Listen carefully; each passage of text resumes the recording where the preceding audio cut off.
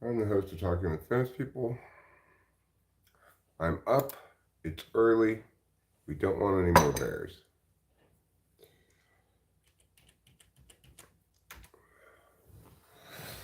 Slept about as much as I could, which wasn't that much, but I've got some good news. I found my other tripod, which means I'm not going to have that phone falling over thing happening all the time. All right, kitty. We'll watch you eat. Yes. Yes, we will. Let's watch you eat. Okay, come on. Eat up.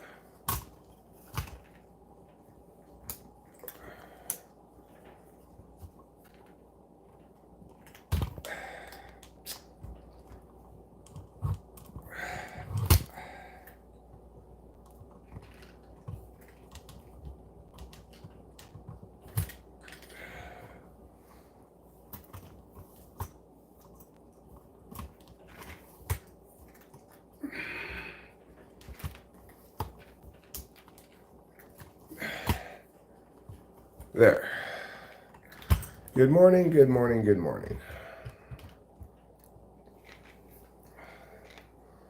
Got my new tripod, which was actually my old tripod.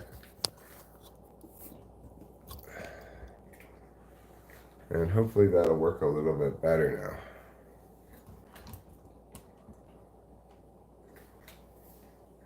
now. Oh, yes.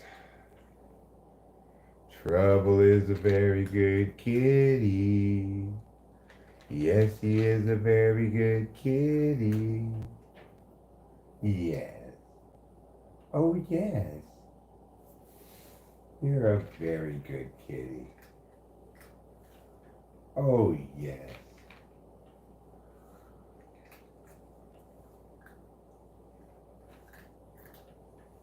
Yes, you are a very good kitty. And Daddy knows. Alright, let's go in the other room where we can look at the televisor and say good morning to all the people of the world, including every one of you. I wouldn't exclude you from this good morning. No way. I'm not crazy like that.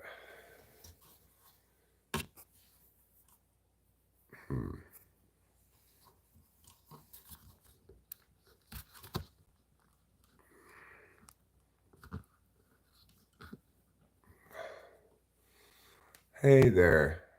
How goes? Trouble sleeping or up early? Hi, Mary Jane. Let me put it on the big screen so I can see what's going on. I gotta tell you, it smells really good in here. It smells like corned beef, which I made last night.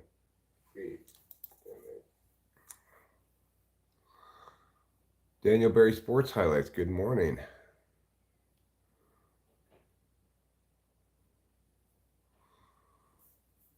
Uh, Feeling better. Feeling not all the way well, but a lot better. Um,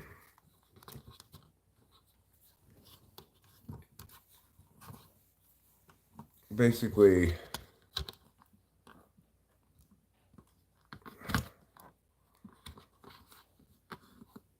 there.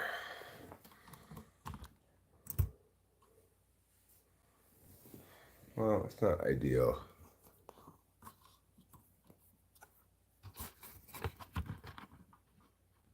More like that. It's a little bit better. Getting used to this new tripod. It's got, a different way of doing things. So I'm not really that used to it. What beer did I use for the corned beef? Guinness, of course, Martin Estrada. I put a bottle of Guinness in the corned beef, along with a couple of cans of beef broth. And some, of course, I didn't do the cabbage. Now, normally people use cabbage with their corned beef. It's kind of the standard vegetable that goes with corned beef. But I just went with potatoes, onions, and carrots. No cabbages. Because I don't really like cabbage. Or just kind of stinky lettuce, you know. What is cabbage? It's stinky lettuce.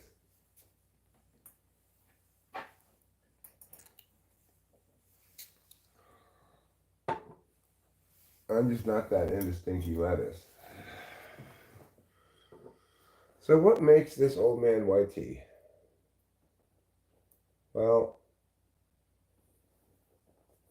the simple answer is I like it.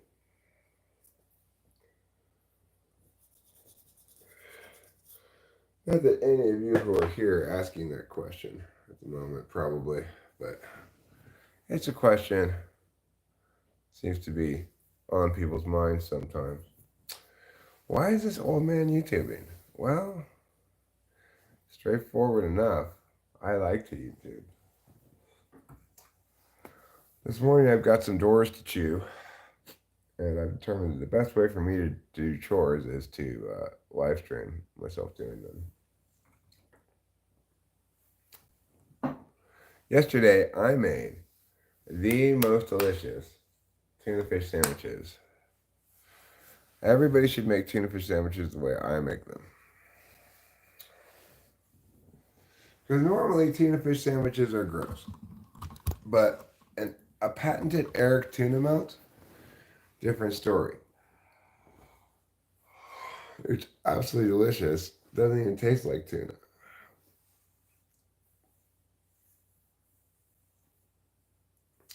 So,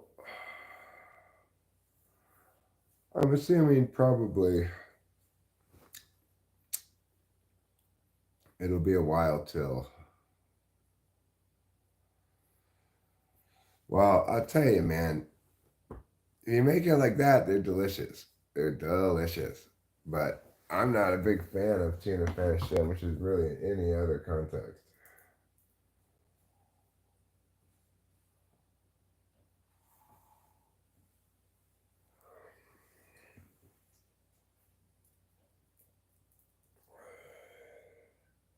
In general, I'm not a huge fan of eating wild caught things, which, you know, chunk light tuna is wild caught, but uh,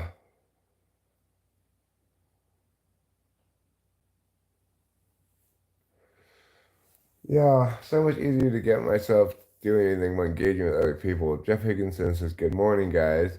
And Hassan Hassanli says, "Azar." I'm not sure what that means, but that's what he says anyway.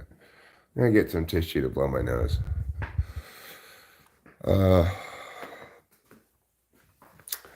You know, I think it has a lot to do with being FE front stack, SE back stack.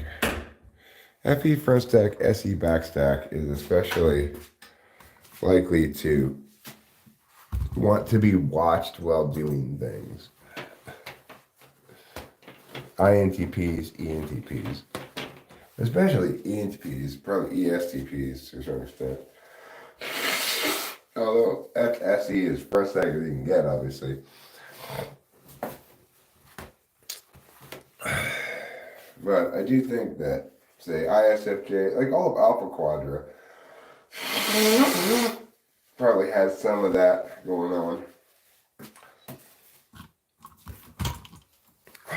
All right. Now, here's what I want to do. And I want you guys' help with this because I'm never going to be able to manage it myself.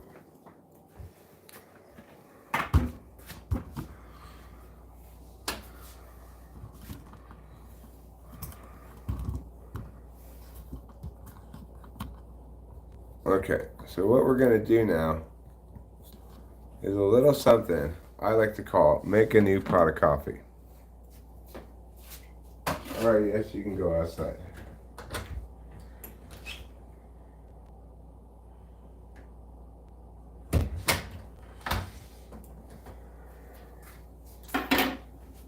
So,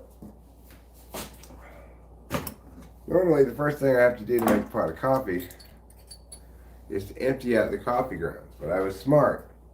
And last time, I emptied them right after I made it so that I don't have to do that this time.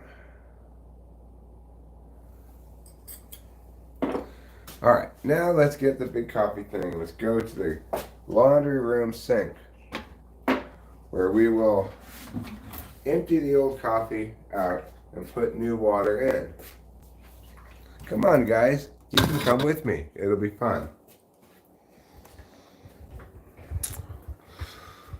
Okay. Even though Rachel and I are just two people, I drink a lot of coffee. So we make this big percolator's worth of coffee. It'll last us like 3 days.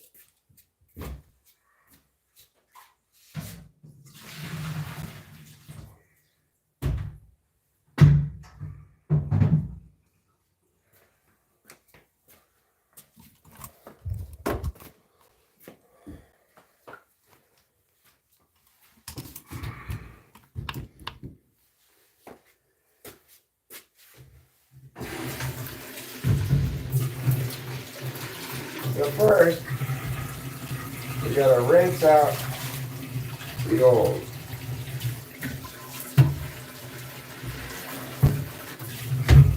Try to get any coffee grounds that are in there, you know.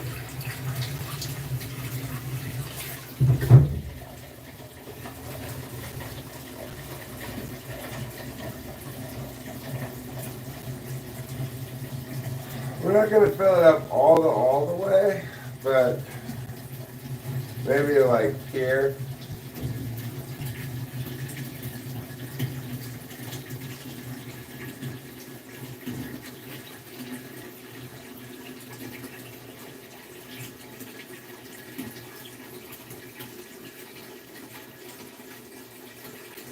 I don't like this dumbass shelf here, but you know, given that Rachel's only 5'2", I don't know how easy it is for her to get into these things up here. She's a little shorty pants, you know.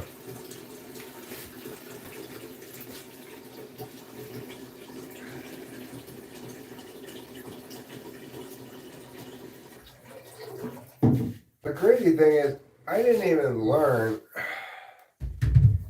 that Rachel was 5'2" until like a year ago.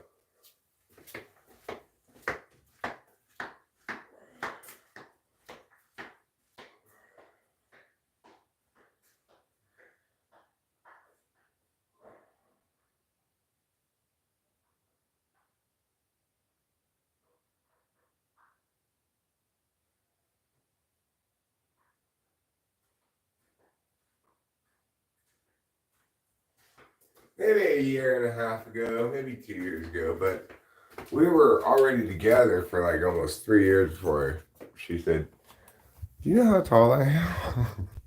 I said, "No." "How tall are you?" She said, 5'2". I'm like, "Oh, that's pretty short."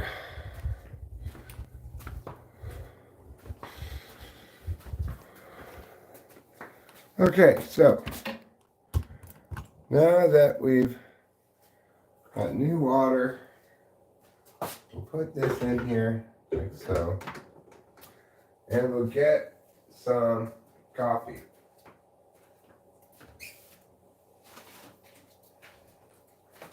So you could probably use most of the rest of this bag of coffee here.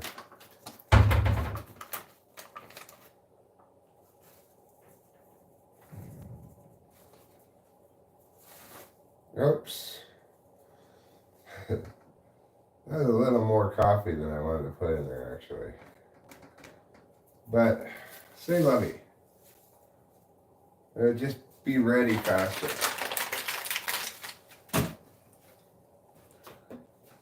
So yeah, maybe the coffee's going to be a little strong today. That's fine.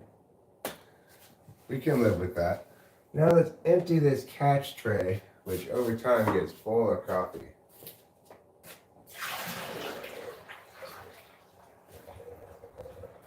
There.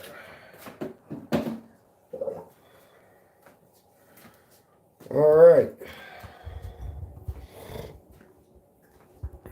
Now we're really cooking with Crisco. Man, hope I'll live long enough to retire. Well, I'm not really technically retired, but I don't work the job I used to work. But, even when you're quote unquote retired, you still have to sideways turn.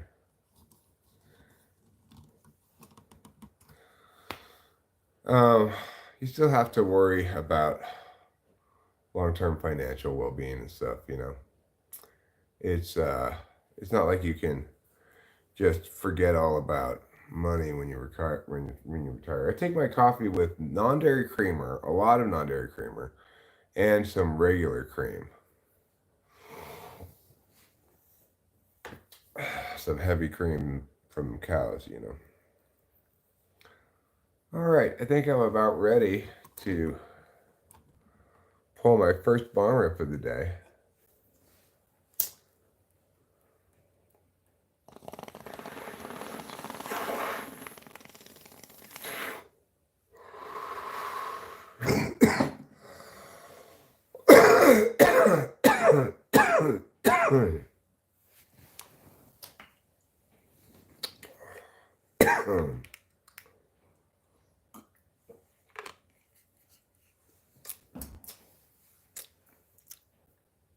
Well, that was healthful and refreshing.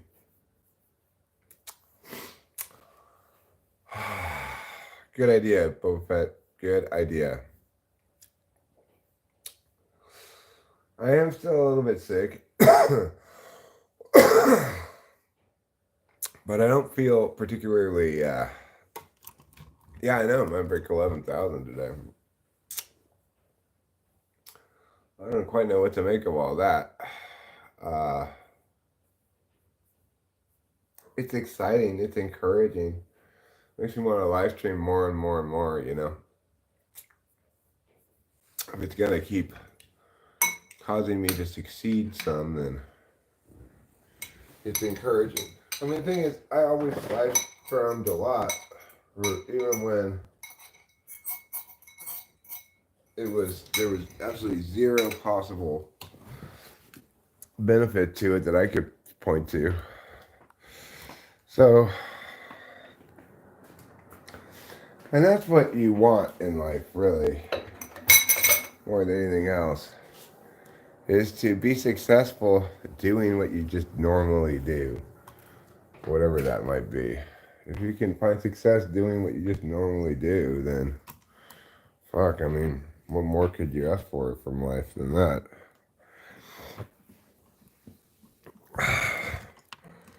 Because I've had times before I thought, oh my god, this YouTube channel might actually become something.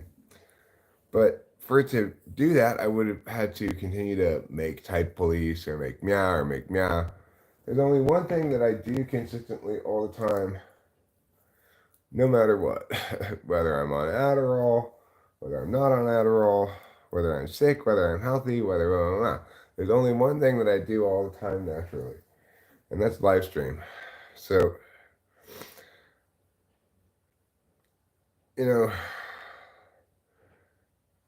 maturity with YouTube is something that's happened over time for me. Like recognizing it for what it is, understanding its inherent limitations and possibilities and stuff a little bit better. The only way I would ever succeed at YouTube is if I could be successful doing this. This is as easy as breathing for me.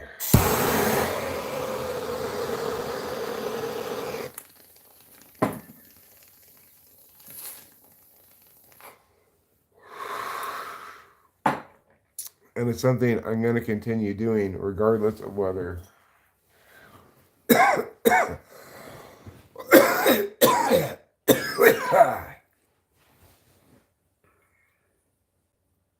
regardless of whether it leads to any kind of concrete success,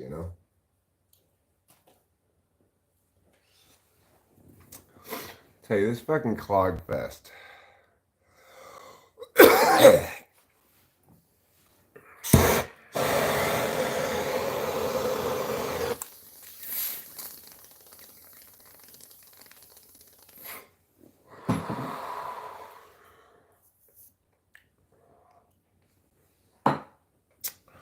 This clogging.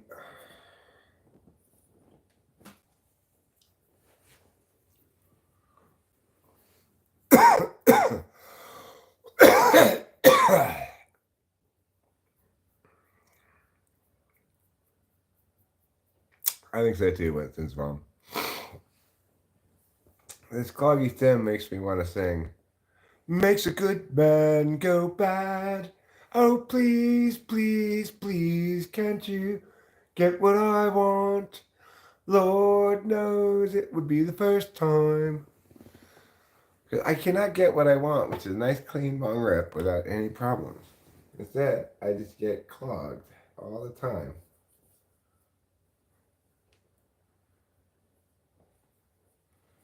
You filthy cloggy bitch.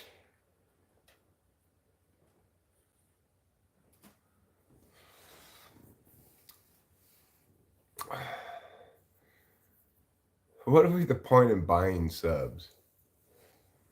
Like, I don't want anybody to sub for me to me for any reason other than they actually think they might want to watch my content.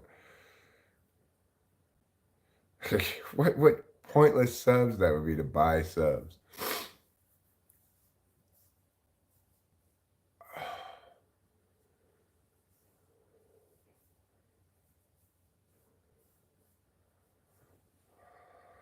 You know, that's not gonna work. There's no way to fake like people's genuine interest.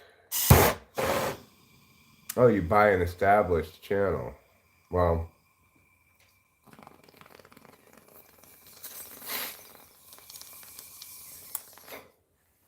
I don't think that's gonna work either. Obviously, one thing we know about subs is it doesn't matter if you're subscribed to a channel. If you don't want to watch a video, you won't watch it.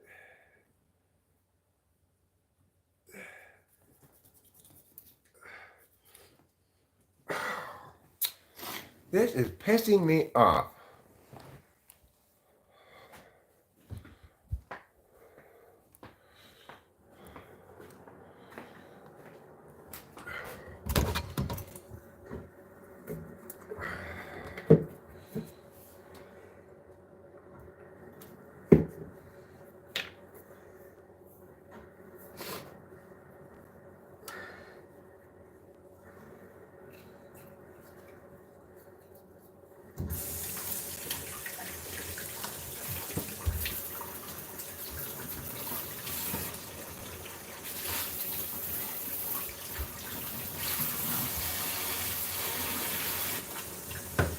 Please, please, please let me get what I want.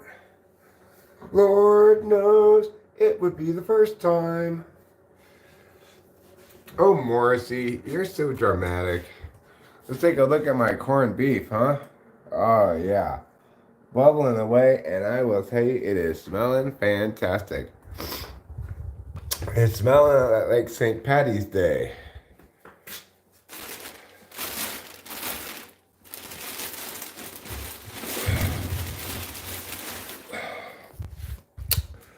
That's right. The most Irish of all the holidays, St. Patty's Day.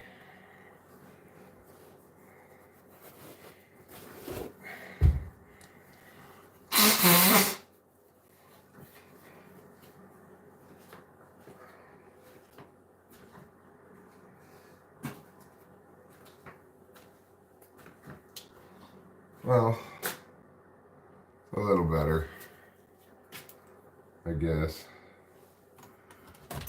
The things that are shitty are better. I've subbed to various things that I never watch either. But you know, if you watch some of this and sub to it, all that means is you're likely to get it on your shorts feed again. If you're a shorts feed person. The thing is, that's the change in reality that we're experiencing right now, is that instead of just accessing people who might be interested in lives. I'm accessing people who watch the shorts feed.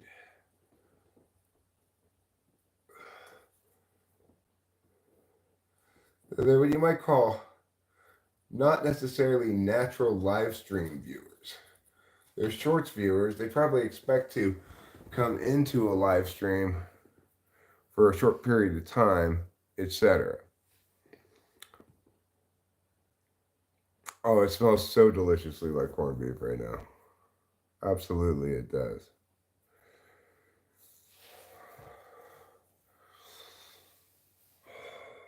Okay, I have now cleaned this stem enough. I'm going to pull another bowl.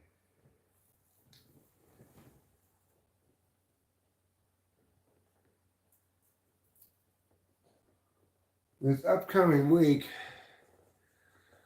is probably my favorite sporting event of the whole year. March Madness NCAA basketball tournament. At least I'll say the first Thursday, Friday, Saturday, Sunday of the tournament are my favorite 4 sports days of the year. They're fantastic. It's the absolute best. It's the absolute best. And already we got some drama. The tournament hasn't even started. Arizona lost yesterday in the conference championship game. I mean, in the conference championship semifinals. Oregon beat them, which means if Oregon can beat Colorado tonight at 6 p.m., Oregon will be a true bid thief. They will take one bid from the at-large field, and they wouldn't otherwise have gone. I also have been to a March Madness game before. My favorite sport is football, college football specifically. But my favorite 4 days of a yearly sporting event are March Madness, Thursday, Friday, Saturday, Sunday, the opening weekend. Those are the best days of sports the whole year. But my favorite sporting event of every 4 years is the World Cup. Yeah, but I mean, World Cup soccer is spectacular. I love it. You know, I love watching the World Cup. So it's not like I like soccer, it's that I love the World Cup. And I don't really like college basketball that much. It's that I love March Madness. And whereas football, I genuinely love the sport to watch it. So I can watch 2 random teams playing in football. It's college football.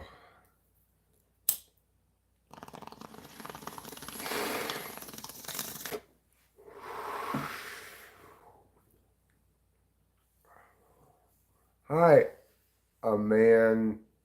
Emma and 8. Hi, Emma and 8. How are you? I am Eric. Welcome to Talking with Famous People.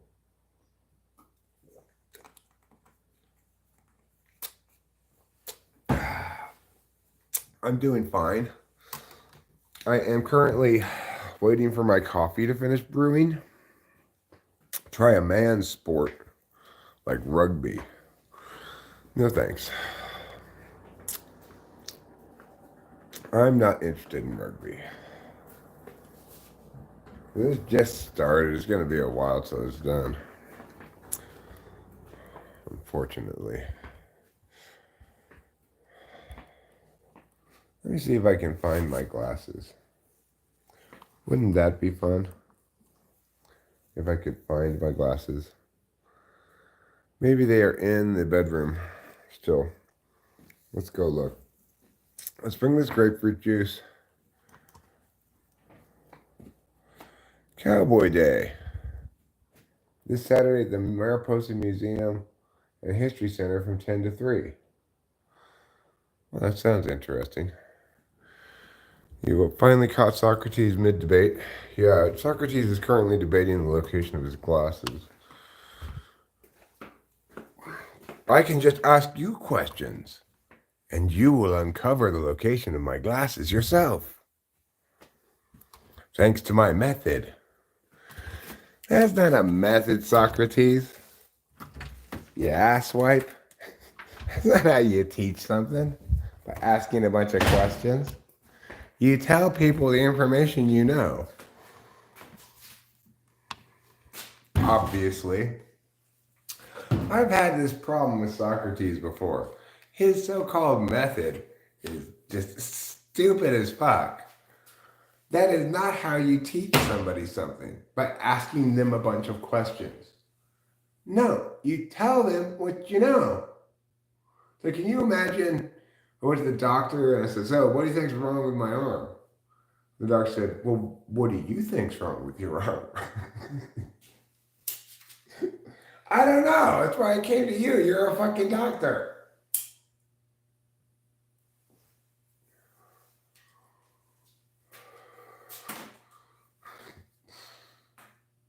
Okay, well, if your arm felt like now, how would it be different than it is now? Just tell me what the fuck's wrong with my arm.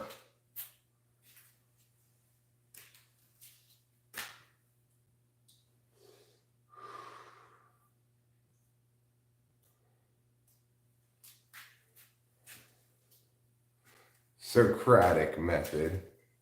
More like dumbass.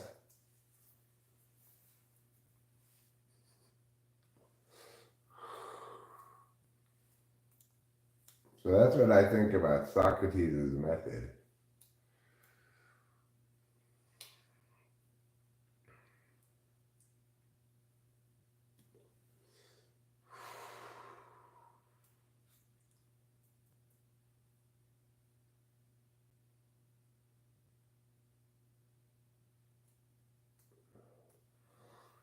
History's worst pedagogy. Pedagogy?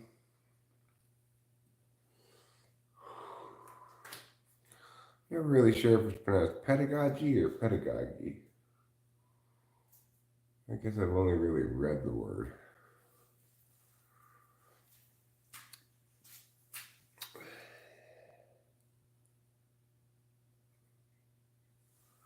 Well, what time is it? 4 in the morning. That's pretty early for a Saturday morning. But I am just feeling up, energetic even, despite being a little sick. You could go so far as to say, I'm feeling jazzed.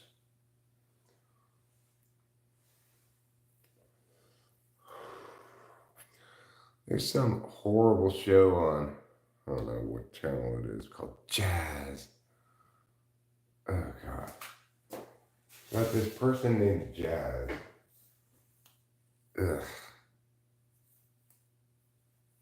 Whose personality is like that.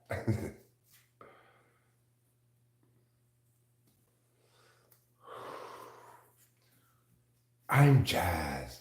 Okay, shut up. Jazz.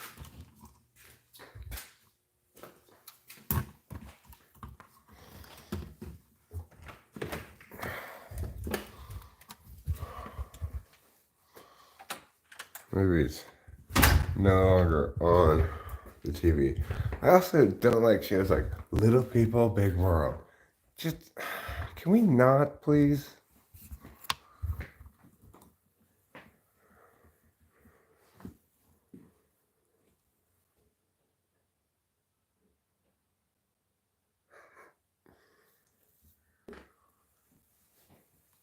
Well, I mean, the thing is, I will come to understand the process well by me asking questions, not by you asking questions. I know what I don't know and what I do know. So only I can direct my education by asking questions. You know, that's how questions work. Of course, I want to understand the process well. This is why doctors hate me. Not because they ask me questions, but because I ask them questions that they don't want to answer. Because I want to understand the whole thing. So I ask lots of questions. And I ask all good questions, you know. I grilled Rachel's psychiatrist for like an hour before he actually prescribed her any drugs.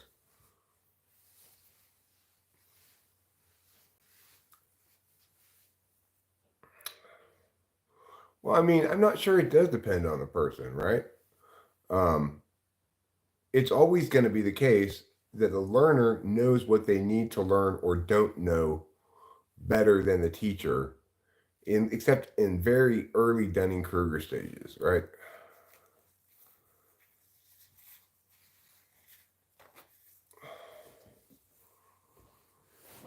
I taught school for a lot of years. I can tell you the best way to explain how something works, and I'm still teaching here on YouTube all the time, is to explain it, not to ask questions.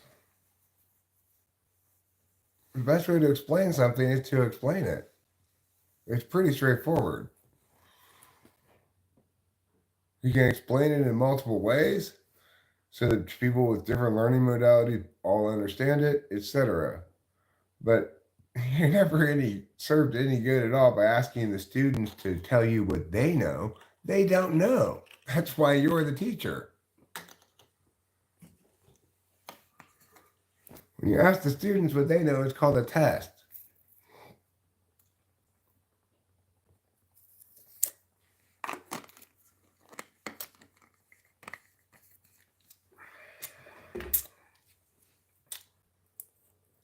You don't like The Masked Singer because it's like, let's take a bunch of actors we know can sing and stroke their ego a bit more. Yeah, kind of. It is celebration of celebrity twice over, right? The celebration of celebrity twice over. Because even the ones who lose get to be unmasked. It's like, oh, it's you, famous celebrity. You should tell them, you aren't famous people. You're just celebrities. You're just well-known celebrities.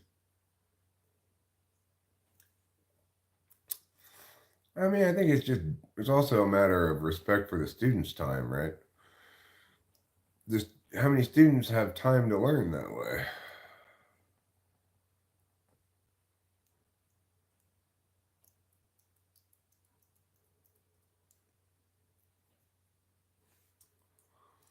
I'm really, as an educator, I've gotten increasingly all about it needs to be authentic to the student in multiple ways for it to be meaningful at all.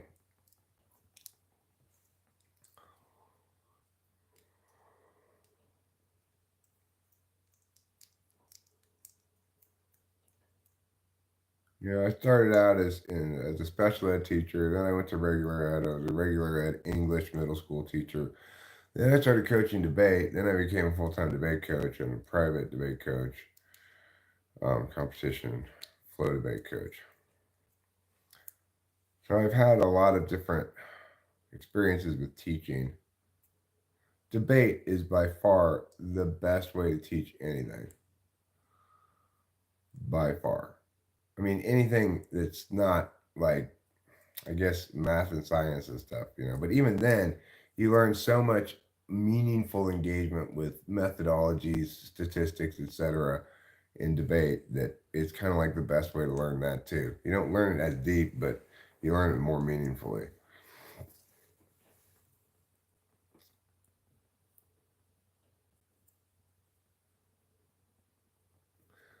No, Boba Fett, we are not all celebrities here. I'll repeat the way it works. We are all famous people. People who, like George Clooney, that I've never talked to, they're well known celebrities, but they're not famous people. Get it right.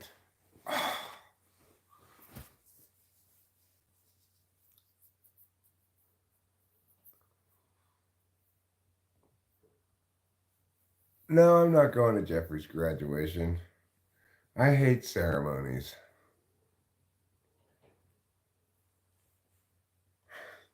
I couldn't hate ceremonies anymore. It's like, what are we doing here?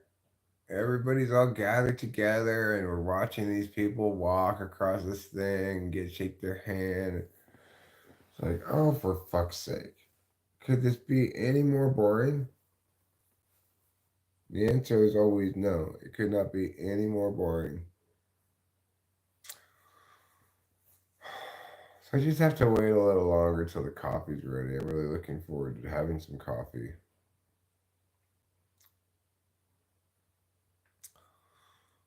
I could do a couple of chores in theory. Got a couple of things I could do. Throw this away. That's easy enough.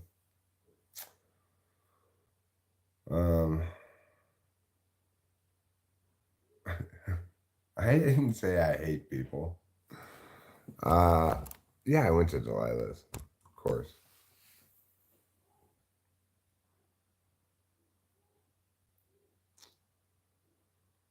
But I would have been fine if there wasn't a ceremony.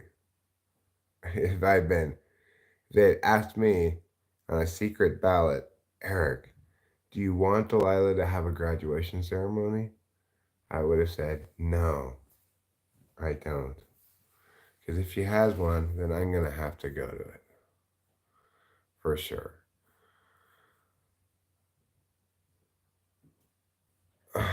You and everybody else, MI and 8. I've been working on it for years. I understand it as well as it can be understood currently. And defensible typology explains it in a way that's exclusively correct. Anything that deviates from that is wrong.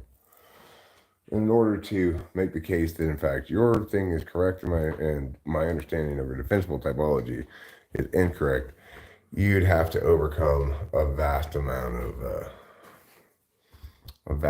both work and empirics and stuff to support what I'm saying.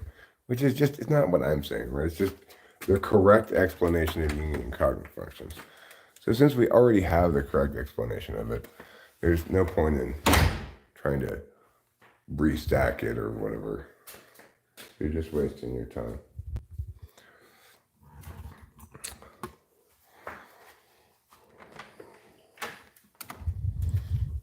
I tried multiple kind of reinventions of it before refining into a correct understanding.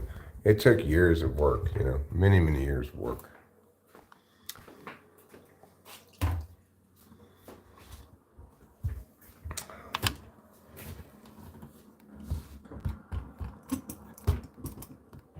The amount of intellectual work you'd have to do to meaningfully overtake or contradict some key element of what defensible typology is saying is just unspeakably large.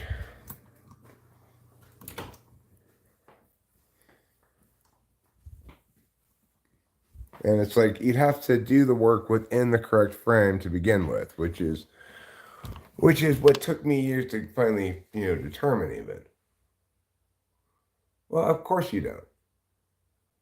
Omega and 8. Of course you don't.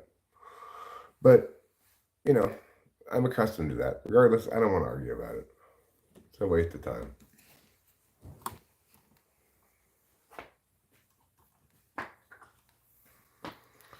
I mean, how much time have you spent reviewing all the defensible typology videos? And what specific elements of them do you think are incorrect? If you can't answer that question, then you're not even ready to discuss this. Because you need to, at this point, at least negate what I'm saying specifically, right? If you want to win this argument, you'd have to negate what I'm saying specifically and directly and on point. But you're not familiar enough with what I'm saying to do that, right? You haven't done the work. There's no way you can make the affirmation here and me be the negation, because I've done too much work on the F, right?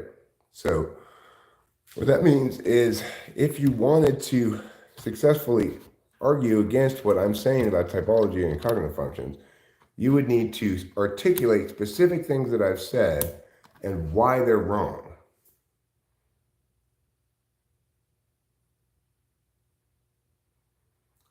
No, it's not that arguing doesn't get you anywhere. It's that Most people aren't ready to argue because they don't know what they need to do argumentationally nor how to do that. They don't know anything about arguments.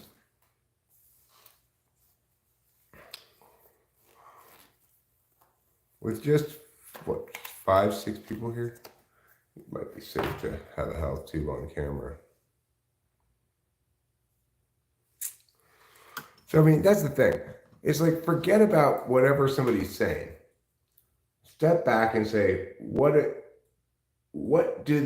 their role argumentationally here? What do they need to accomplish to fulfill that role? What is their burden?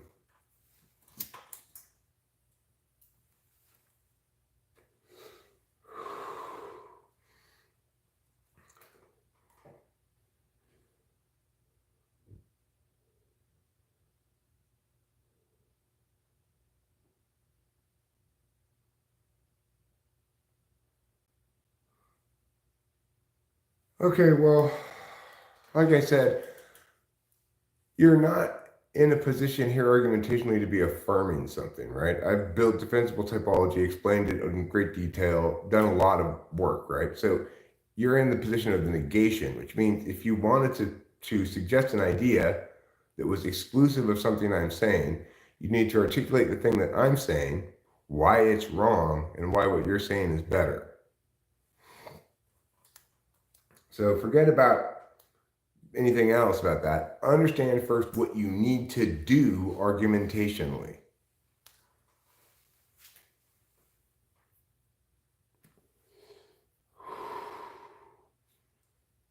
I'm not going to bother negating your idea that's in a vacuum. It's not even offered in a frame. It doesn't even present itself as a certain kind of thing that it's doing argumentationally, right?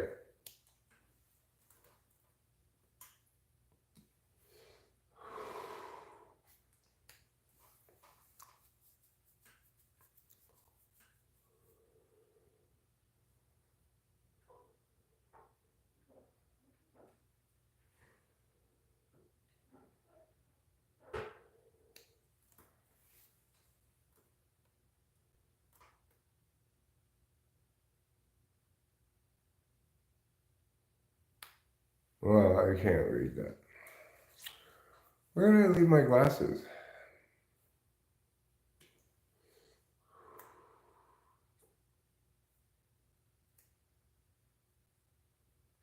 Where did I leave my glasses?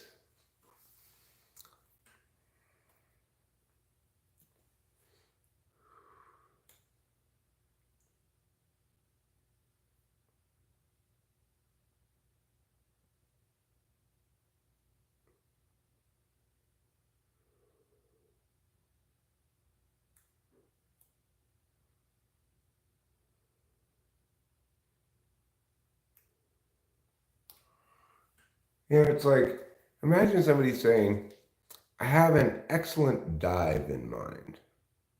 Oh yeah, what kind of dive?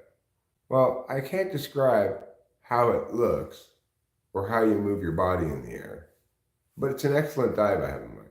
Then no, you don't have an excellent dive in mind, right? Having an excellent dive in mind means being able to articulate all those specific things. That's what it means. Same thing with arguments and stuff. To say you have a good idea means you're able to articulate that idea in a way that resonates against an objective parsing metric. Or you render it into a concrete thing that then has concrete utility. Those are the two possible ways to have a good idea, right? Unless we're talking about art ideas, which we're not. We're talking about ideas that can be explained or that have utility.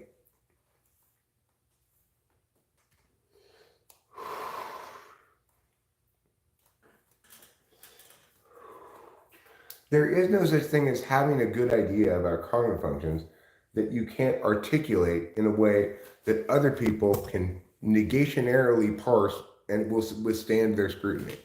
If it's not doing that, then it's not a good idea about cognitive functions.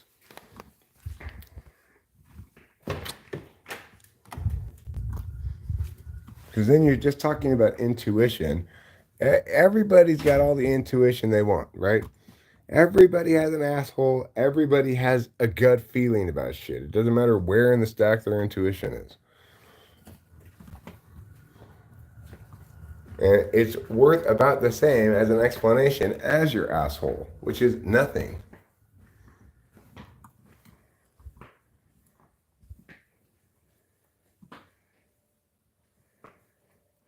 No, I don't want you to do that. I want you to understand what you're getting yourself into here. It's like people think they want to get into politics, right?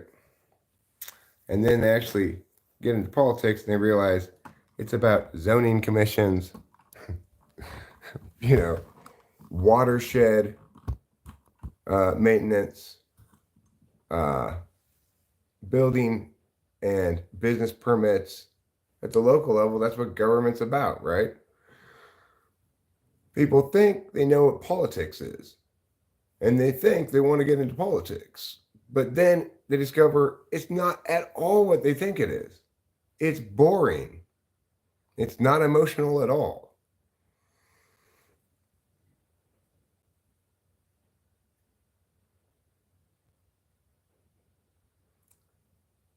I mean, no, I'm not. You and everybody else has a bunch of random ideas about cognitive functions. I spent all my years doing the various research and exploring all the different ideas. I've resolved the thing substantially. People who are ideating about it to the exclusion of what I'm saying are doing so in vain and pointlessly. I'm not interested in watching their efforts unless they want to engage what I'm saying directly, unless they want to be serious in their intellect. If you're serious about something intellectually, then you engage in certain ways, right? And you engage at certain times, and not always.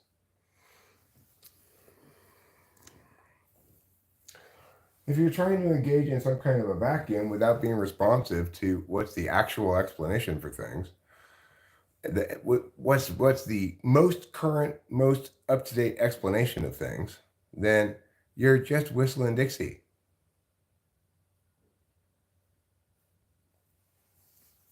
I take it seriously.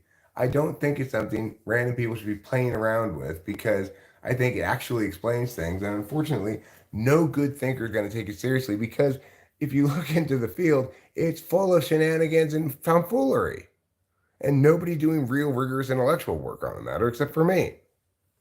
So, no, I don't appreciate random people throwing out random ideas for fun because it's just something you intuit about, like astrology or tarot. It's not like that.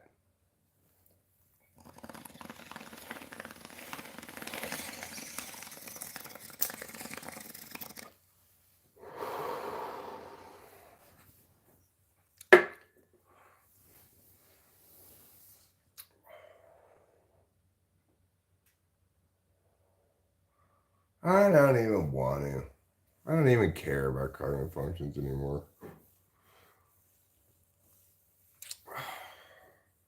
It's like, it's so pointless. It's so pointless because the things I'm explaining, people are coming at cognitive functions and typology through the wrong frame of reference, so it doesn't matter.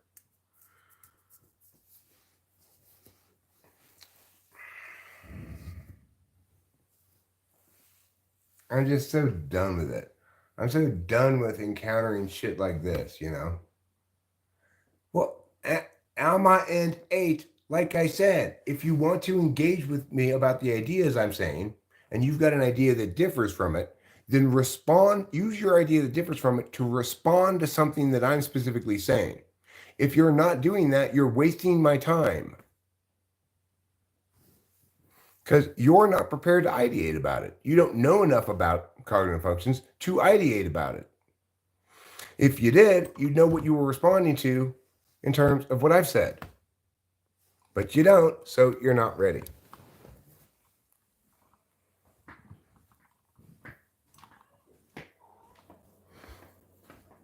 You want to possibly be right, understand where I'm wrong then.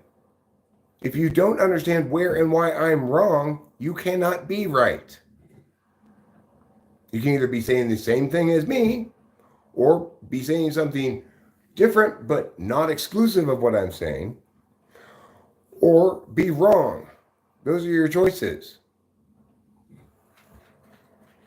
In this case, it's obvious you're not saying something different but not exclusive of what I'm saying because you're trying to reorder the cognitive functions for some reason. You don't know why it's wrong in the status quo. In other words, you can't articulate specifically why my explication is incorrect. So there's zero reason for me to pay any attention to what you're saying. You're not doing serious intellectual work.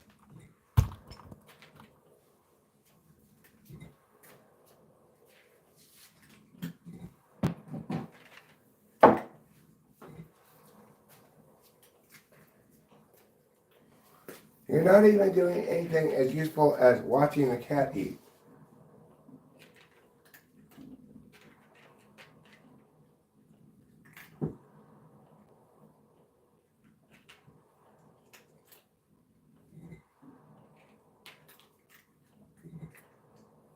And the thing is, you can arbitrarily put the cognitive functions in any order you want, as long as you describe their slot placement in the same way.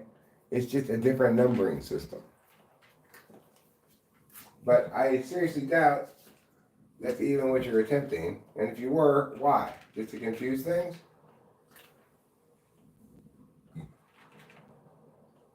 Socionics attempted to renumber the functions based on their understanding of their respective strength. But strength isn't a single attribute that you can apply to every slot mechanic. It's ridiculous.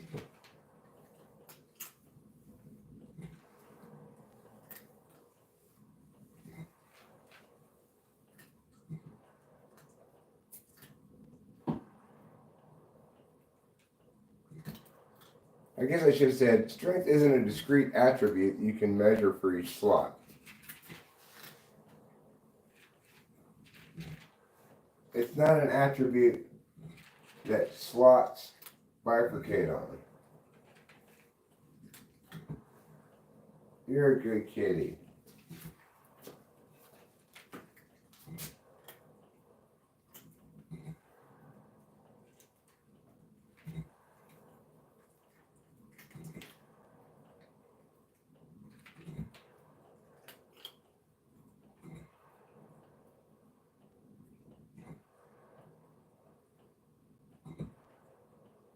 I guess what it boils down to is I'm absolutely open to being negated. I'm not open to other people's affirmations unless they're run as a counterplan. Which is to say, unless you're functioning as the neg.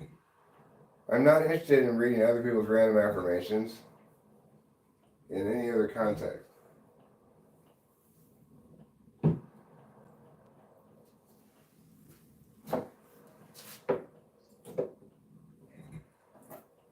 This is almost ready. It's not technically ready, but it's getting pretty brown.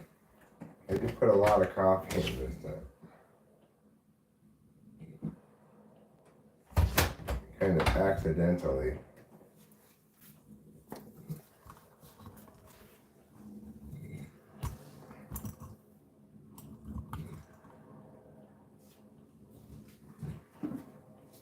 Let's see.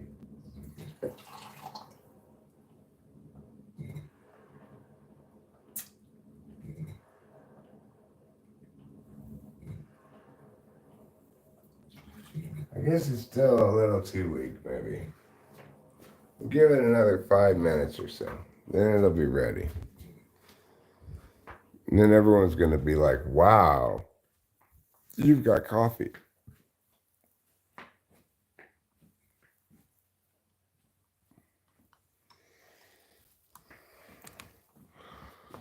There's not too much thrown in. I made it as lean as I possibly could. It contains none of the bullshit. There are no subtypes, no jumpers, no meow. There's no bullshit.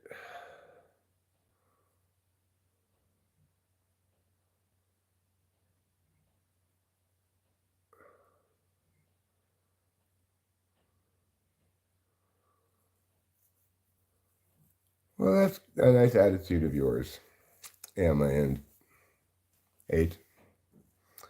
I get a little feisty about it. Not without some cause. I think it's understandable to get a little feisty about it. The 2-function model, Beaufet, is an 8-function model. You don't seem to understand that. The only way to have a 2-function model is to understand how those 2 functions, first and second function, impact your relationship with other ways of paying attention. It's insane to think that, like, because you're an INFJ, you never factor anything in according to various components of TI. One of the most telling things about cognitive functions is the way that every possible argument people make appeals to one of those 8 values. Just naturally it does.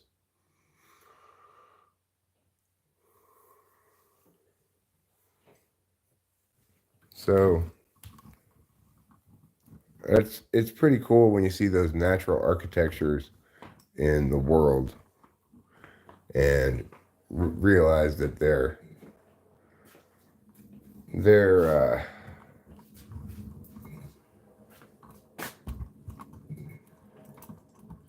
that this notion of 8 functions is more than just about ways of paying attention, because the ways of paying attention define so much how we understand things, right?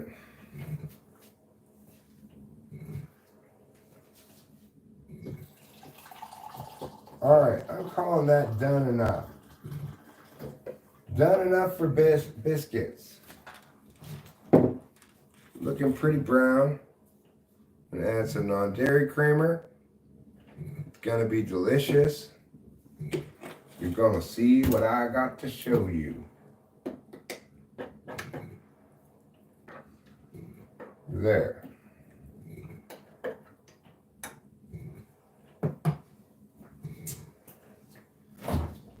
Now I'm gonna get some cream from the fridge and I'm gonna put it in here. Like, yeah. That'll cool it down a tad.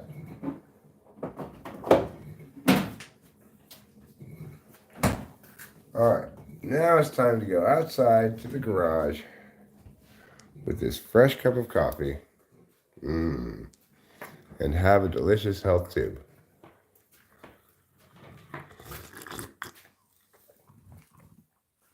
Hi, Mr. Kitty.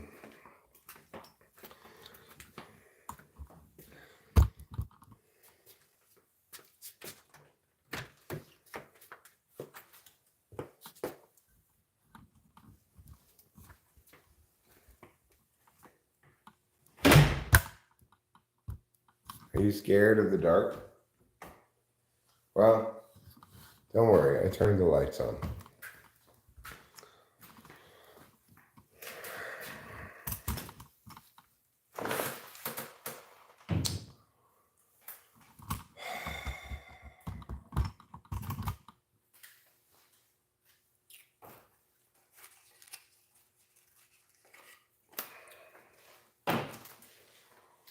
What am I doing for biscuits? If I go live again, would you join in? I mean, if you're saying, like, you want to do a live with me on a video conference or something, I might be willing to do that. I don't know, it depends what you mean. If you mean, if you're live streaming, would I be in the chat in the live stream? Probably not. I don't watch live streams. I just make them.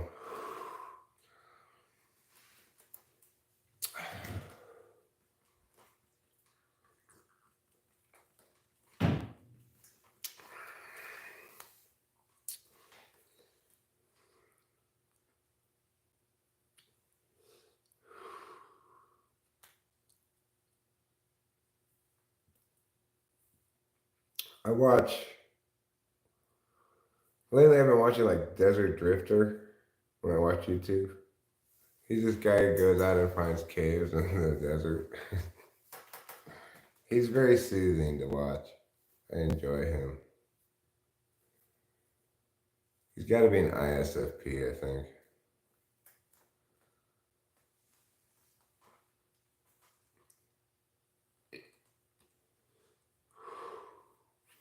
It's funny because some ISFPs like watching me. I guess I like watching some ISFPs. It's like him walking around the desert, showing these nice looking videos of from his drone and stuff, you know.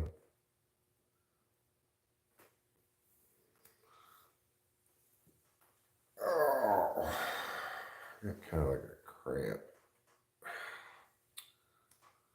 Well, at least I'm not a woman. If I were a woman, I'd have cramps in my uterus every month.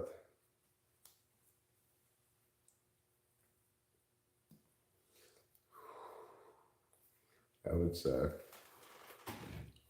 Uterus cramps, uterus cramps. Would you like some more uterus cramps?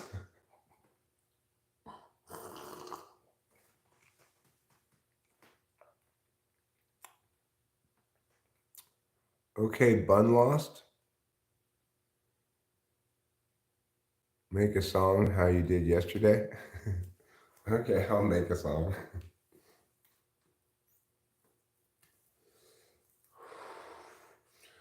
Do you mean you want me to make up a song or you want me to just play a song?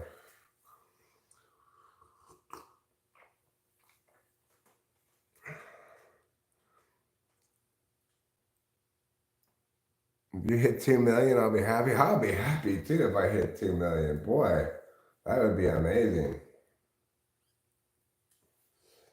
I mean, the thing is, I'm genuinely happy for every sub I get doing this. As I've articulated before, this is the only thing that matters. If I can get people subscribing to what I actually do all the time, that matters. If I can get people subscribing to videos I can make if I feel like working on videos, blah, blah, blah, then forget about it. I'm not going to make enough of those videos to make a difference. It's too much work for me, you know? I'm just not that motivated or something. But this doesn't require any motivation for me. Play a song. Okay. Animals, gardens, and drugs. Well,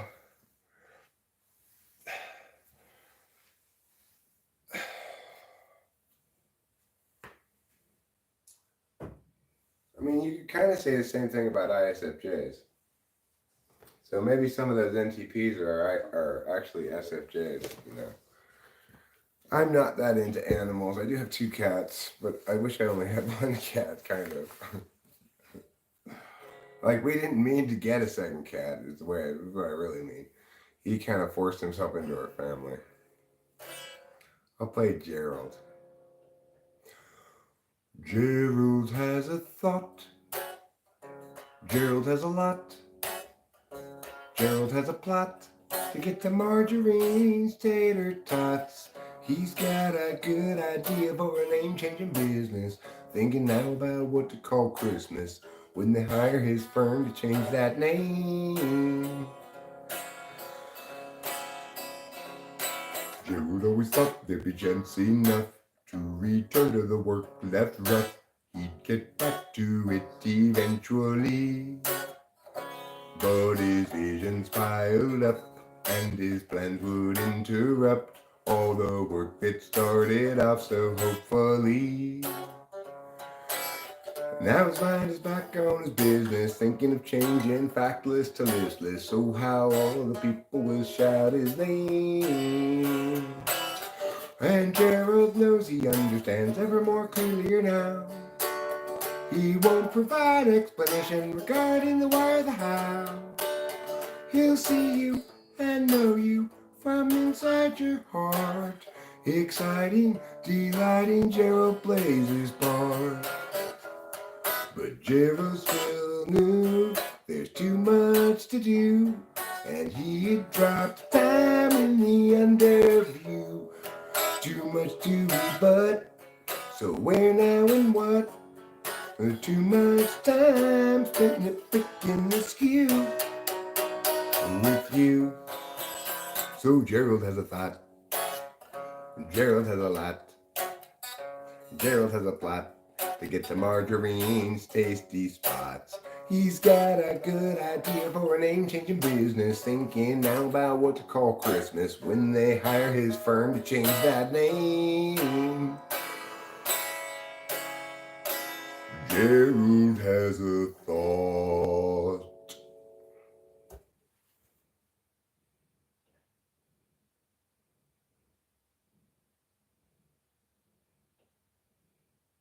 Tater Tots Tasty Spots. Yeah, the first time he's after her tater tots. Second time he's after her tasty spots. So a little bit of innuendo there, I think maybe you might say.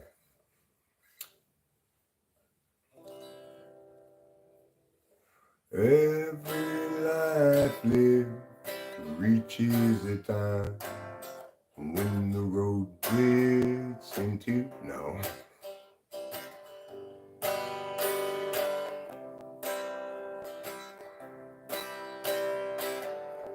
There are times, dark times, times of despair,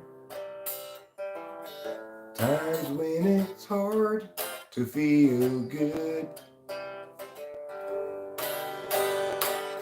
That's when I look for my sack full of solvency and that satchel.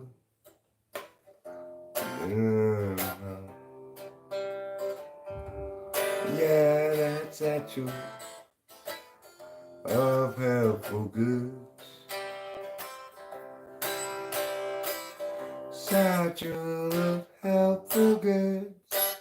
Satchel of helpful goods. Satchel of helpful goods. Every life lived reaches a time when the road comes to an end.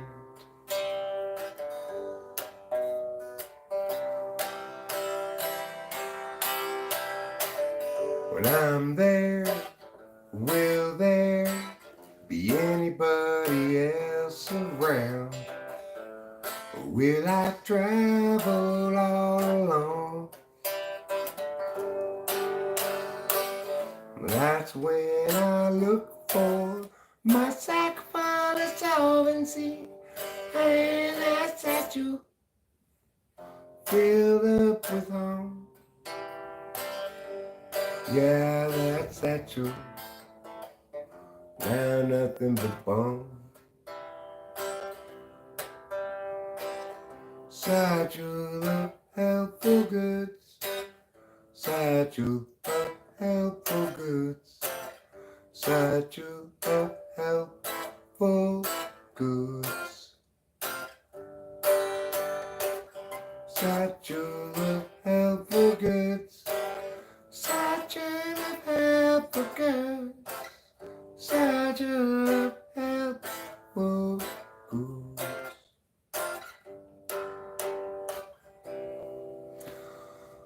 Well, sure, playing and singing is SE in some sense. SI has retained a lot of muscle memory over the years playing the guitar. Extroverted intuition was critical in writing those songs, but introverted intuition is ultimately why I play only the good songs. In other words, every manner of paying attention is manifest by every person at some time or another in some way. What determines your personality type is under what frame that occurs and why it occurs and how you value it and stuff like that. So for me, um, playing the guitar is something I do, mostly to perform for other people, which is an any effy thing, right? I want to show my ideas, my original ideas to other people. And sometimes I'm not playing songs that I remember at all, and you can see the extroverted intuition happening in real time, right? Like, you know, here I go making up a song, and if you know the words, then you could sing along. But how could you know the words? 'Cause I don't know the words. After all, I just made it up right now. But here I go, I'm singing now a song. And you can sing the words if you know them, you can sing along. But how could you know the words when I just made it up? So there you see a lot more extroverted intuition in action. Uh, when I'm playing a song I had memorized, it's a lot less like extroverted intuition. It's more like introverted sensing / introverted intuition. I'm trying to know and act at the same time, which is one of the tricky things of music, because really knowing goes with interfacing, not with acting. But I include some interface because I'm engaging in ways that are performance for other people. Again, though, we can talk about multiple functions being at play there. What matters is the frame of reference. Let's go out to where are my glasses? How did I lose them? Let's find my glasses and let's go out to the garage again. Big Viv.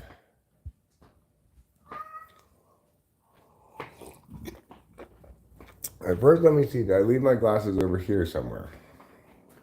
No, I did not leave them over here. Now let me look in El Baño. Oh, you know where I bet they are, actually? Let me look in my jacket.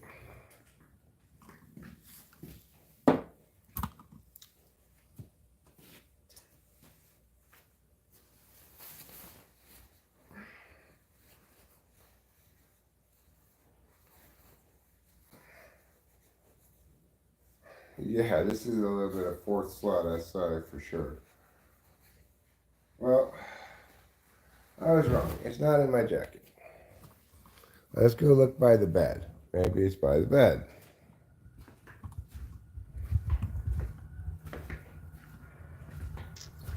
I'm so glad I found this other tripod. It's not by the bed. Well, where could I possibly have left them? Lordy, Lordy, Lordy, Lord. Sweet Lordy, Lordy, Lord. What is wrong with me, child?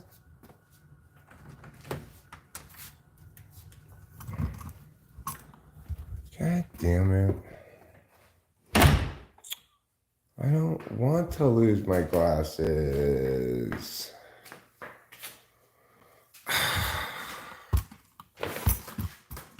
Who authorized me losing my glasses? Was it one of you people? I don't appreciate it. I don't want to lose my glasses.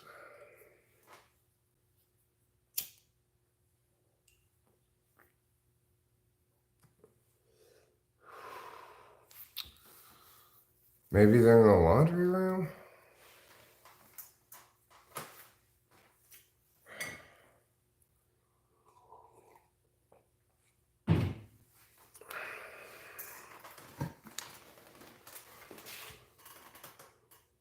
Well, they won't run away, so it's somewhere in there.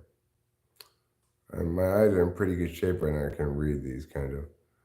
You did. You were going to start placing your glasses on your shirt collar. I know I was going to do that, Padawan Ranger. There's a lot of things I was going to do in life, all right? A lot of things.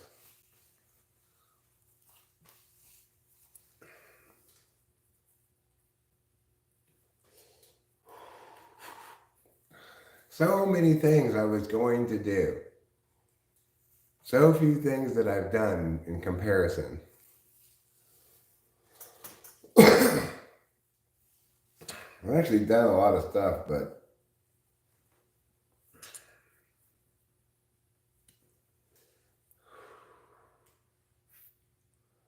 I hope I get to 20,000 subscribers too. You know, at the current rate, it'll be like less than a year.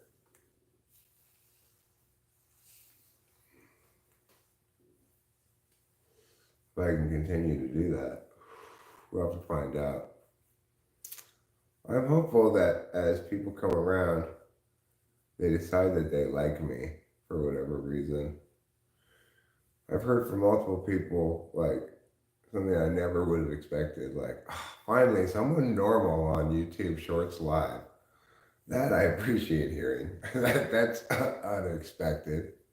Me? I'm the normal one? How wonderful. Have I gotten to be normal finally?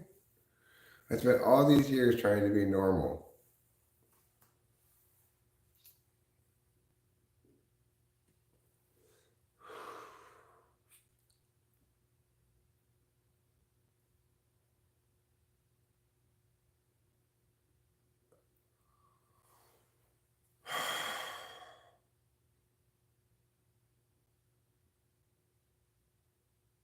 I hear vaguely some strange cat sounds from outside. Maybe it's the neighbor's kids. Could be a bobcat. Recently I saw a bobcat the other day. Little one.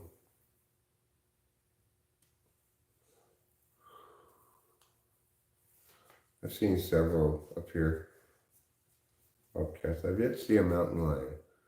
I've seen bears. I've seen bobcats, turkeys, quail. More normal creatures, obviously, too.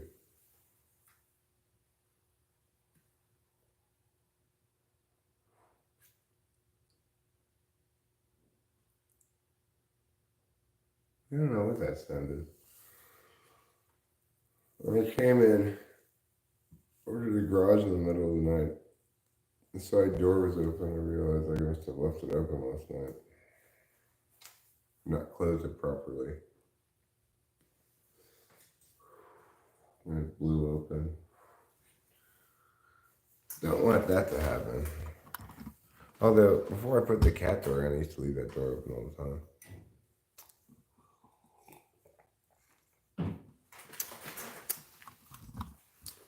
Oh, wait, you guys, I think you might have done your important work. It doesn't take a lot of people to do this important work.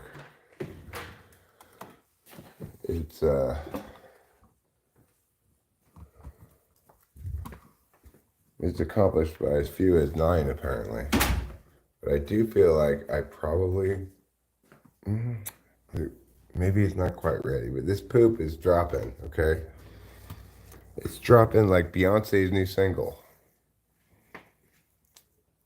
It's not on my nightstand or in the bathroom. I don't know where it is. It might be on the...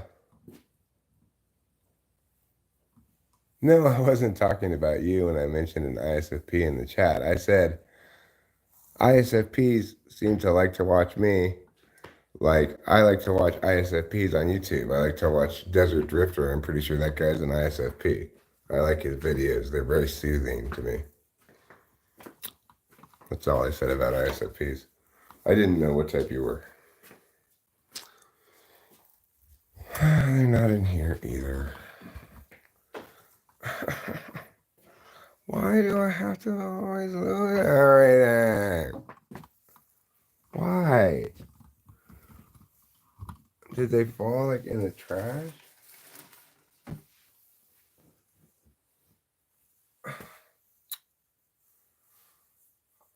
Ah!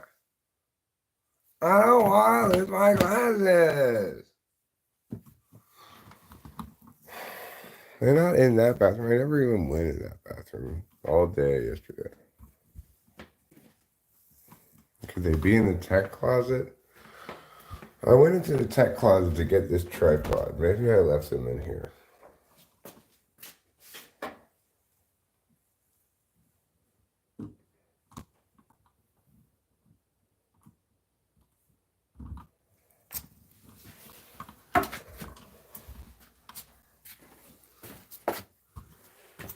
I don't see them anywhere. God damn it. Somebody needs to invent unlosable glasses.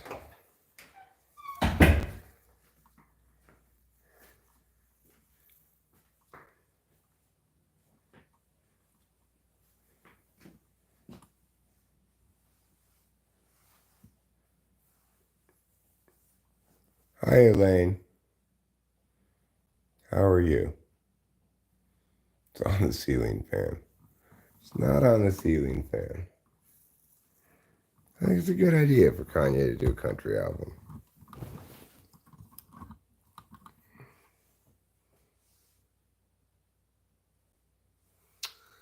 That doesn't work for me. I don't like having things around my neck. I end up taking it off all the time. Wait a second. Wait a second. I found them. They were on that chair over there.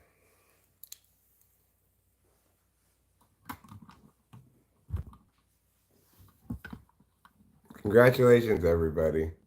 Congratulations. Just came back from a job interview, huh? What kind of job?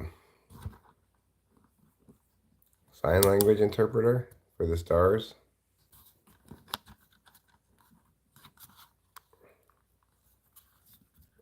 Yeah, hallelujah, indeed. Trouble? Hey, you be nice to your sister.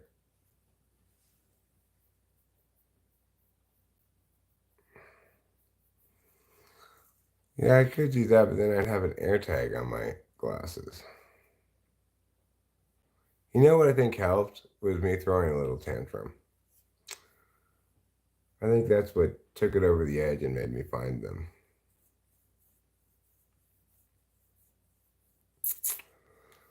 So, hey, Trouble.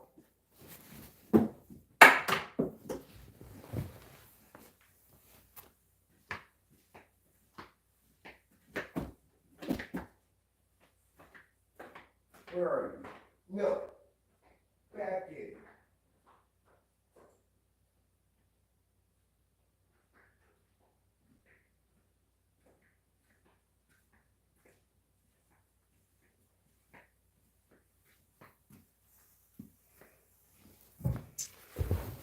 There. I yelled at Trouble for being a bad kitty. Oh no, YouTube just switched to that annoying transparent mode in mobile. They have traceable glasses already? Oh, you think they do? Well, they might. I just got these ones from the supermarket, though.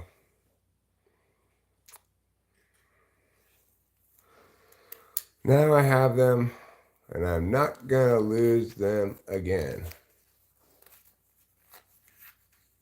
Selling clothes. Well, I think that you'd be great at that job, Elaine.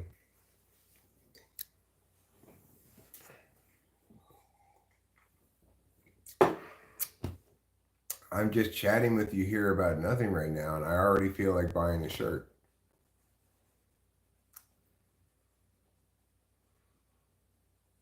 My SE reaction? I think you're misunderstanding SE. Probably you're calling too many things SE. I'm I mean, if you're talking about me throwing the lighter at the cat, I was surprised. This time I got relatively close. Usually, I, I mean, I've been trying to be vigilant about the cats and not let Trouble bully his sister, you know. But I'm an ENTP, not an INTP. I'm not SE polar. A slot is as effective as it needs to be in support of first slot, you know.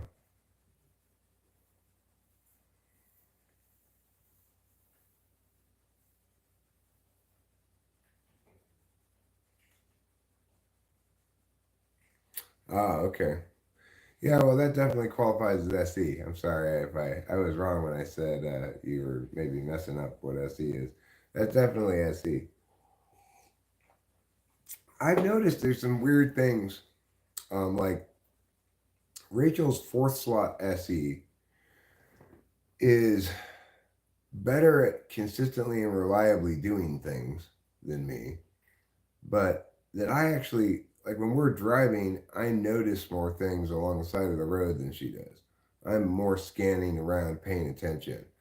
And I think that has to do with first eighth thing, you know. I don't I don't need laser surgery. I just have aging eyes, you know. My vision's actually perfectly clear. I see well. I just can't read small things on my phone anymore.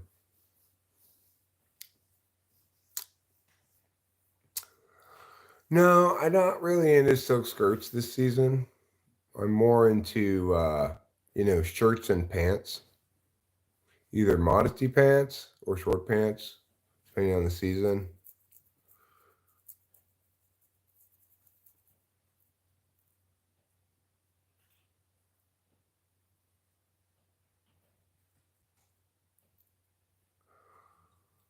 Well, it's true, Boba Fett, that you don't need to do that. But it's also true that because it's the meta frame, it's possible to interpret everything to some extent through it.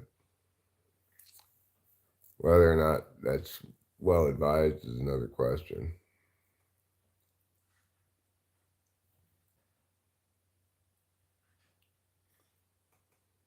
People are not so much wrong as they are just not getting it. I agree with you there. It's a wise observation, actually, Boba Fett. I'm going to give you a wonder point for that one. You earned it. You earned yourself a wonder point, my friend. Congratulations.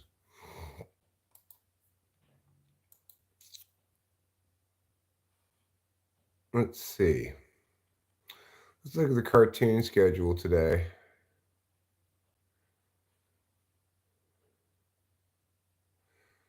Tales of Wedding Rings comes out at 6, but then the good ones don't come out till 9. So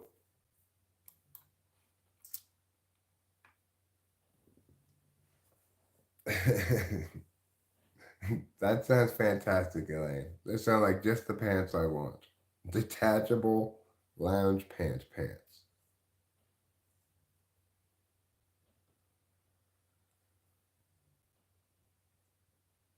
Do I ever get bored? Yeah, I'm a little bored right now. Um, I'm a little bored because I'm ramping up to getting Adderall. Otherwise, I probably wouldn't feel bored, but because I know I've got a bottle of Adderall coming on Monday or Tuesday, um, it makes me feel a little impatient for Adderall. I'm also still a little bit sick, but not very sick. I'll give you one wonder point for it, Elaine. I'm gonna haggle with you.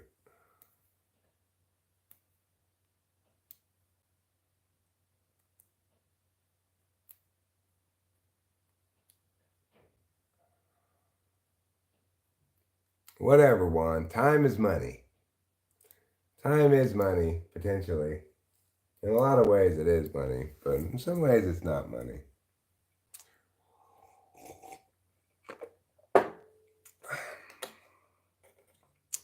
It's like we need to hurry and get this vacation rental. All right, one wonder point and a smile. There. Now I got those wonderful pretend pants. Um, like we need to get this vacation rental up and going, you know, as ASAP as reasonably ASAP, because for one simple reason, time is money. The longer it's just sitting there and not being rented, it's costing us internet, it's costing us electricity. We just need to start making money, not costing money.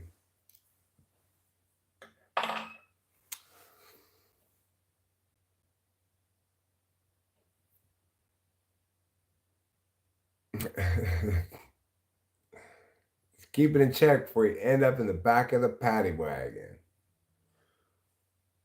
Yeah. It's like if I felt like I could yeah, pleasure doing business with you as well. Like if I felt like I could go to sleep right now, I would go back to bed. But I don't feel like I can go to sleep. I feel just awake, you know. I feel awake like a snake in a lake with a rake. At the same time, I feel like I could probably use more sleep, but money is time. Unfortunately, it doesn't work that way. It's not subject to the commutative property.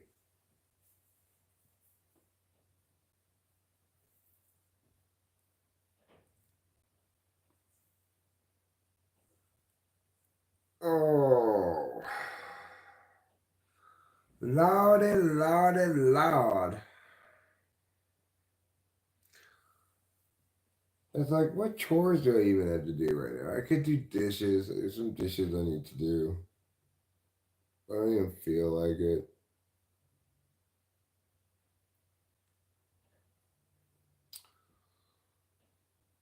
So, yeah, sometimes I feel, I guess, bored. Usually I don't, but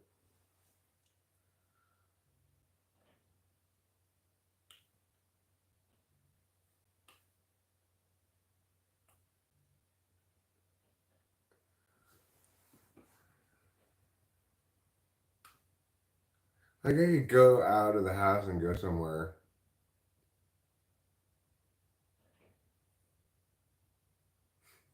Thanks, Boba Fett.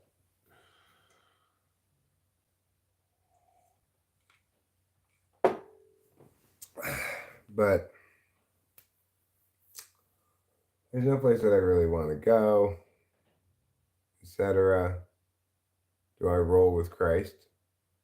Me? I'm Christian. Yeah. I ask you a brainstorming. I want to try to make money out of typology, but not with lies. Let's say my system does make sense. How should I go about making money out of it? Well, the only way to make money really out of typology is to type people for money. And I don't push my service very much or do things to otherwise encourage people to get typing sessions from me. And so I only get a couple a month, maybe these days, maybe like five a month at $100 pop. But the thing is, you won't be able to do that right away. You'll have to.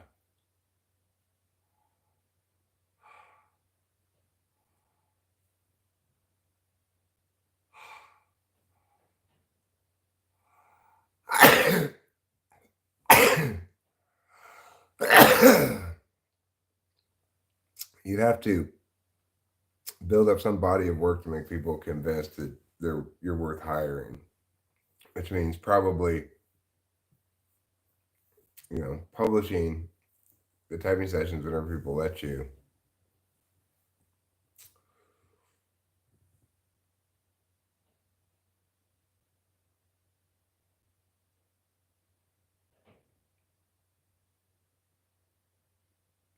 I would suggest watch my typing session, see how I do it, try to imitate that.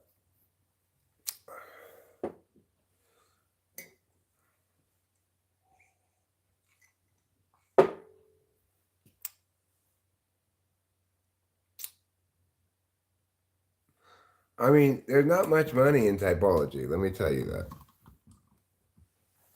And this is from somebody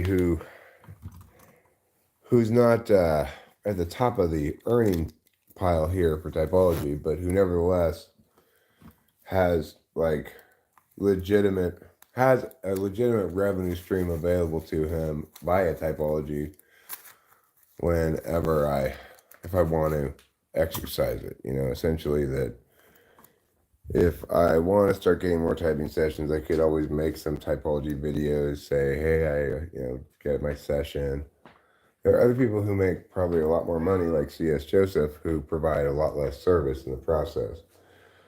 If you're really intent on making money as your primary outcome, then, you know, you're probably well served to watch C.S. Joseph and emulate what he does, I guess.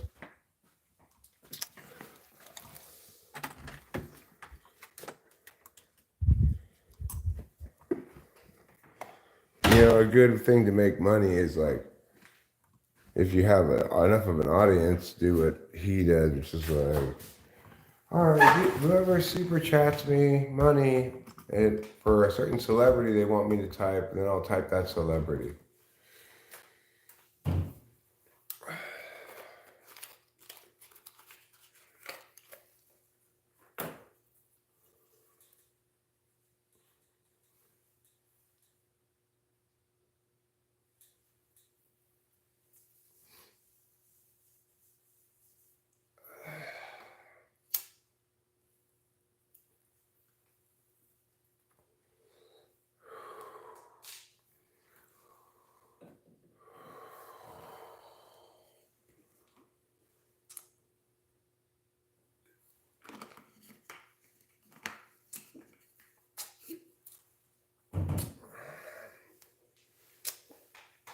Throughout this whole process of this channel, I've never really prioritized monetary outcomes very much. So,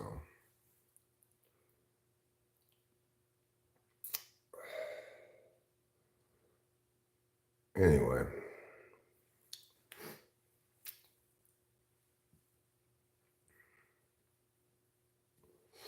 The weird thing is,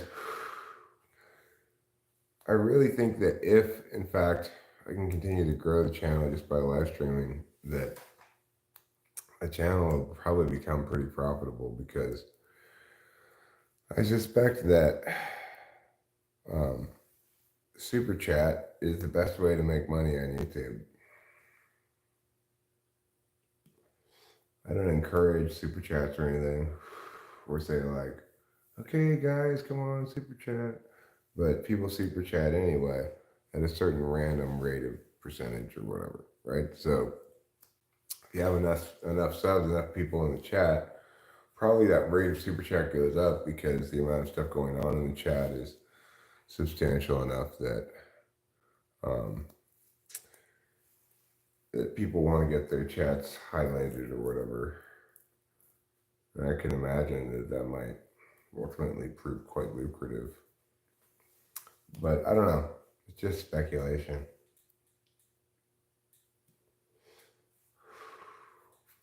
The moment I'm still making, under $200 a month from YouTube.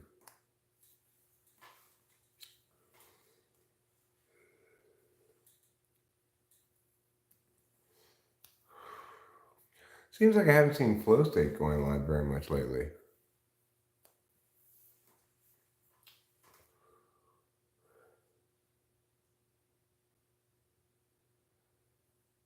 Well, the advantage I have as an NE-DOM is the most natural thing in the world for me to do is this.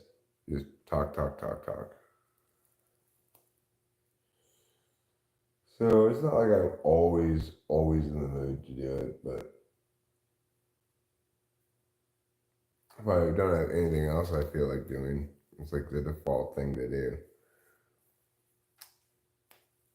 I think probably what I'll do when I go inside is take a couple of gabapentins and try to go back to sleep here for a few more hours.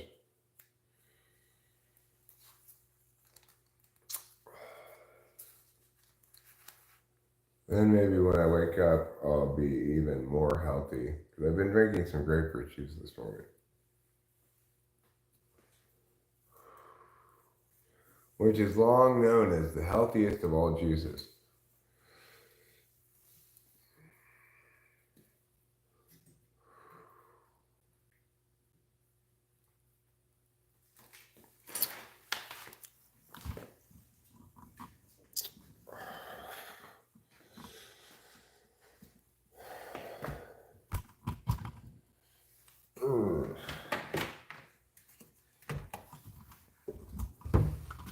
Something for your mind, mind, mind, mind, mind, mind. Something for your mind.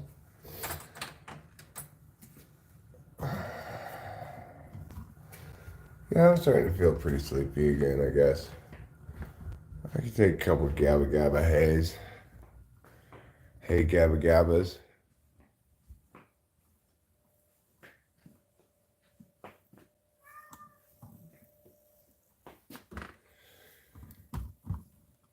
Eric, I wonder if FI feels like the way it feels when an elevator stops really fast. I had that feeling one for about an hour. Yes.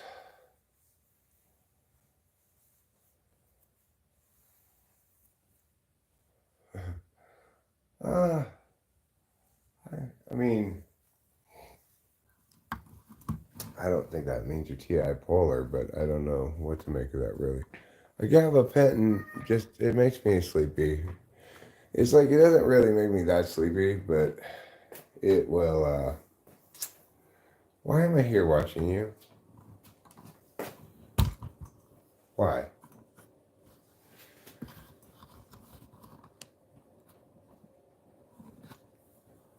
I don't remember agreeing to this. No.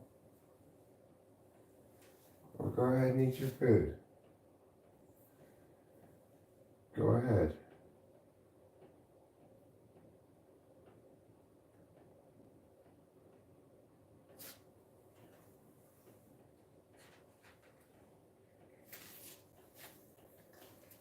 I actually came in here to get a paper towel.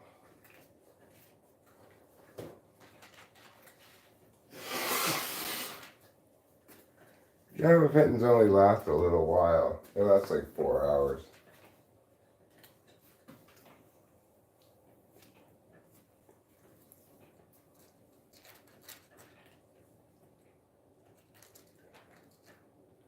Yes, you're a silly boy. Yes, you are.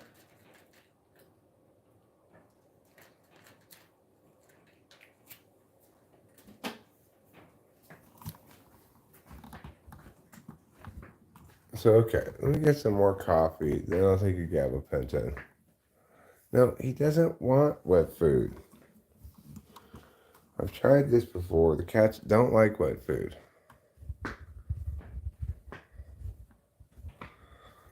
I mean, FI certainly does have that feeling in your chest thing that happens, you know? That's why people long said the location of the emotions is the heart.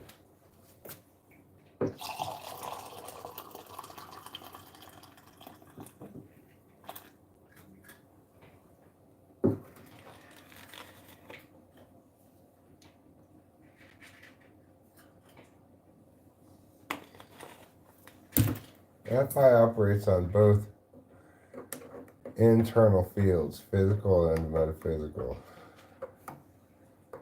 But I'd say it's physical first, you know? TI is the metaphysical deliberation function. FI is the physical.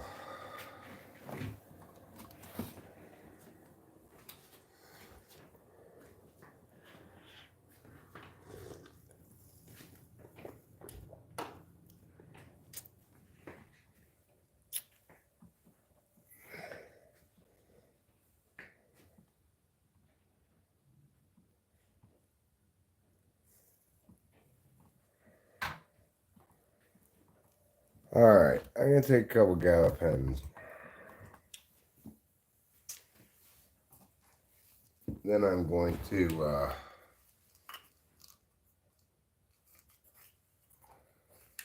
in a few minutes go to bed.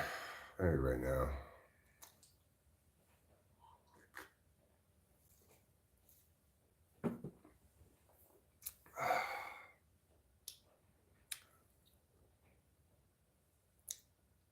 I should probably take a couple of Tylenol too. If I'm gonna sleep well, it would help to take Tylenol. You know, Tylenol is not just a fever reducer and analgesic. It's also actually a mood stabilizer. A mild mood stabilizer.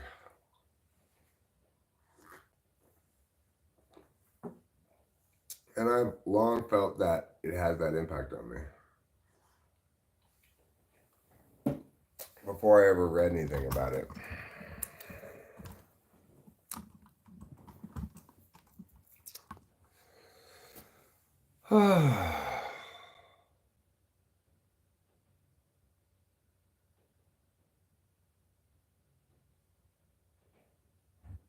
Well, they do operate sometimes in conjunction with each other, uh, but some functions you can clearly isolate from others. So it's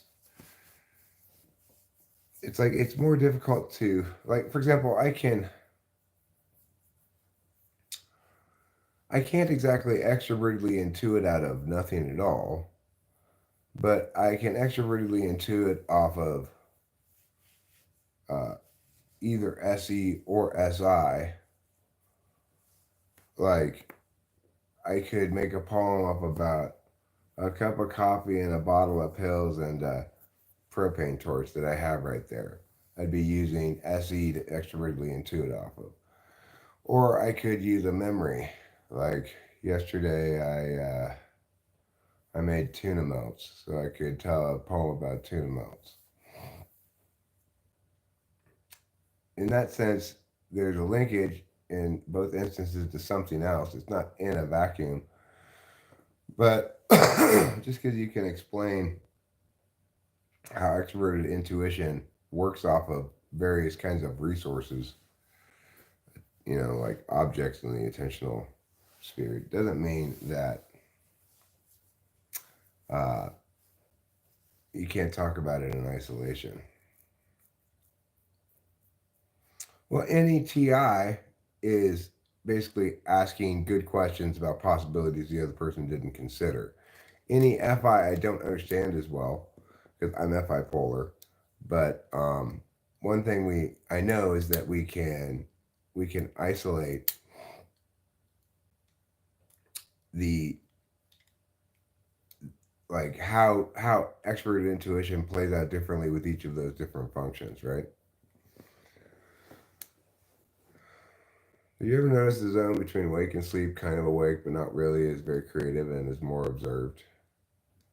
Yeah, but the problem I have, Padawan range vendor, is a lot of times sleep's a bit of a struggle for me for a variety of reasons. So,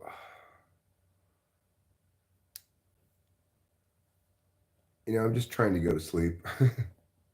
I'm not trying to observe my consciousness. I put my glasses down right here. Well, sure, just because you're FI polar doesn't mean you don't have feelings. Just like being extroverted intuition polar doesn't mean you don't have ideas. Hi, Caroline. Good morning. How's it going? Well, you're obviously a little smarter than me, Padawan Rangebender. So I'm not I'm not up to your level of fancy thinking.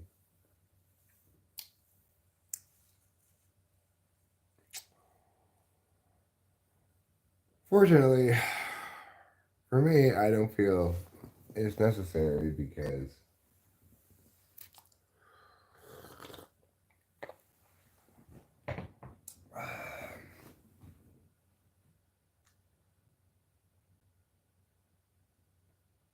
right. Well, nobody says that polar means you don't have any experience of that attention.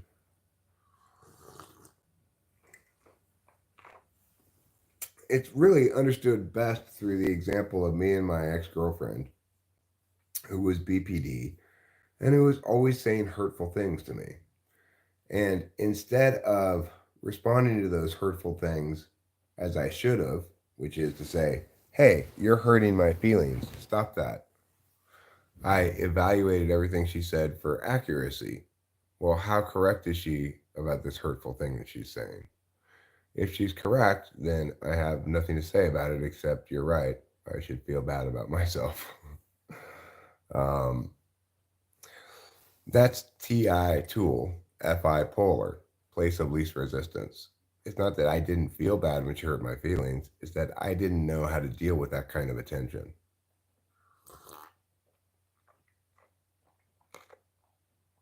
Stop being modest. I'm not being modest. I really am not.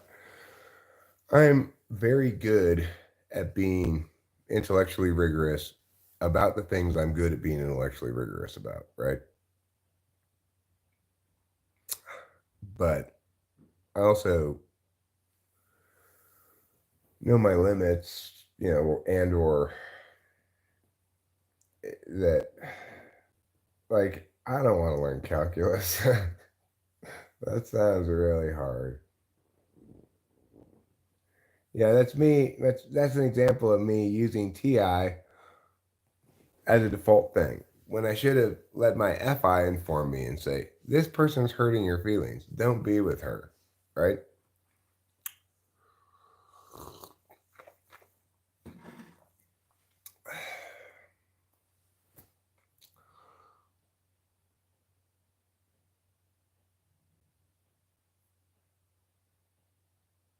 Um, yeah, it probably isn't that hard. I probably could learn calculus. I don't know. I I think that they I will say I think that they taught math so terribly in school that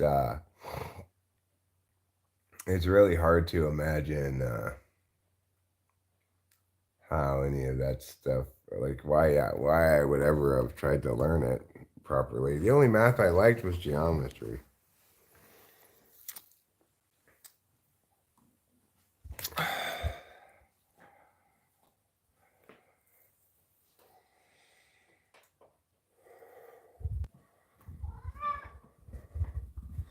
Yeah, Trouble wants to go to bed.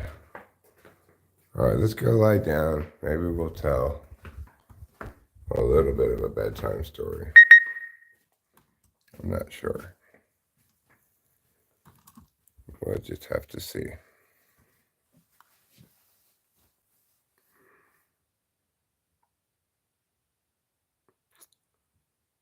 Did I bring my glasses?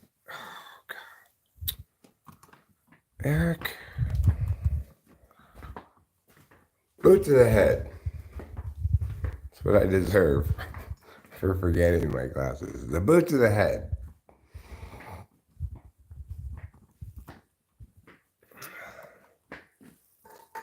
No. Oh. Okay. Damn it. There. Okay, good.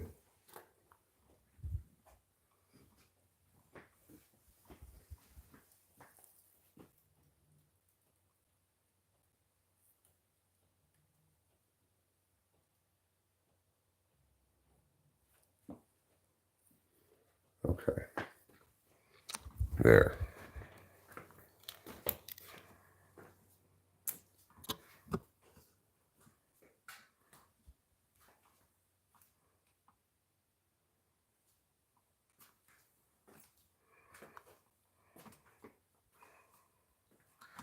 How do you say your name? Amand? Amand. Is TE enjoyable like that?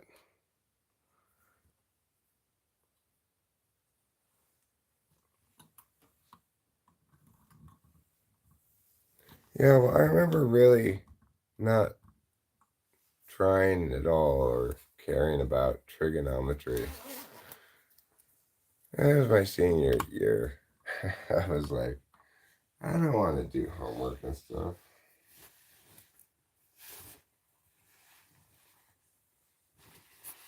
Okay. I'm going to get under the covers before I turn you towards me so that you don't see any of my flesh. I'm actually not wearing a shirt right now. I'm not wearing a shirt because I just had my jacket on over my chest.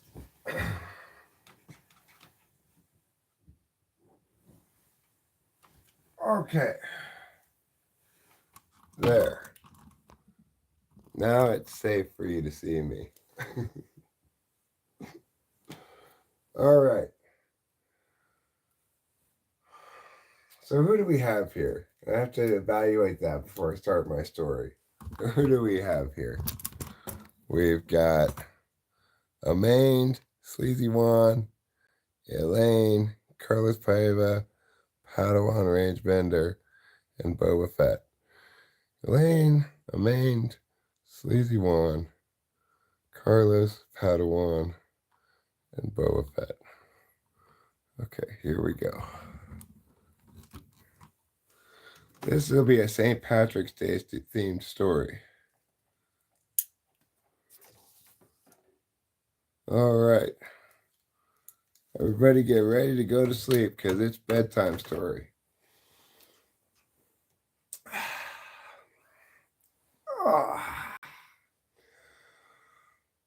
Once upon a time, just yesterday or today, a man was having a St. Patrick's Day party. And so he called all these people to come to a St. Patrick's Day party. He called Boba Fett, he called Sleazy Juan, he called Elaine, he called Carlos Paella, and he called Padawan Rangebender. He called all those people. And he got them all on a group call, a party line, you might call it. And he said, "Hey, everybody, I'm having a St. Patrick's Day party. I want you all to come." And they say, "We can't just get to your house right now for a St. Patrick's Day party." And he said, "Don't worry about it. I'm sending a jet to pick you up right now, or a helicopter, depending on where you are. Okay. And we're going to all meet in Antarctica because that's where I'm having the St. Patrick's Day party." So they're like, "Well, fine." He said, "Don't worry, it's all expenses paid. I've made a fortune in typology and I can afford to do this now." So, for too long, down at Antarctica, near the coastline where all the penguins are, here lands a helicopter. Out comes Elaine. Here lands a Learjet. Out comes Padawan Rangebender. Here lands a Harrier jet from the British people, and that's carrying, um, Boba. Did I say Boba Fett already?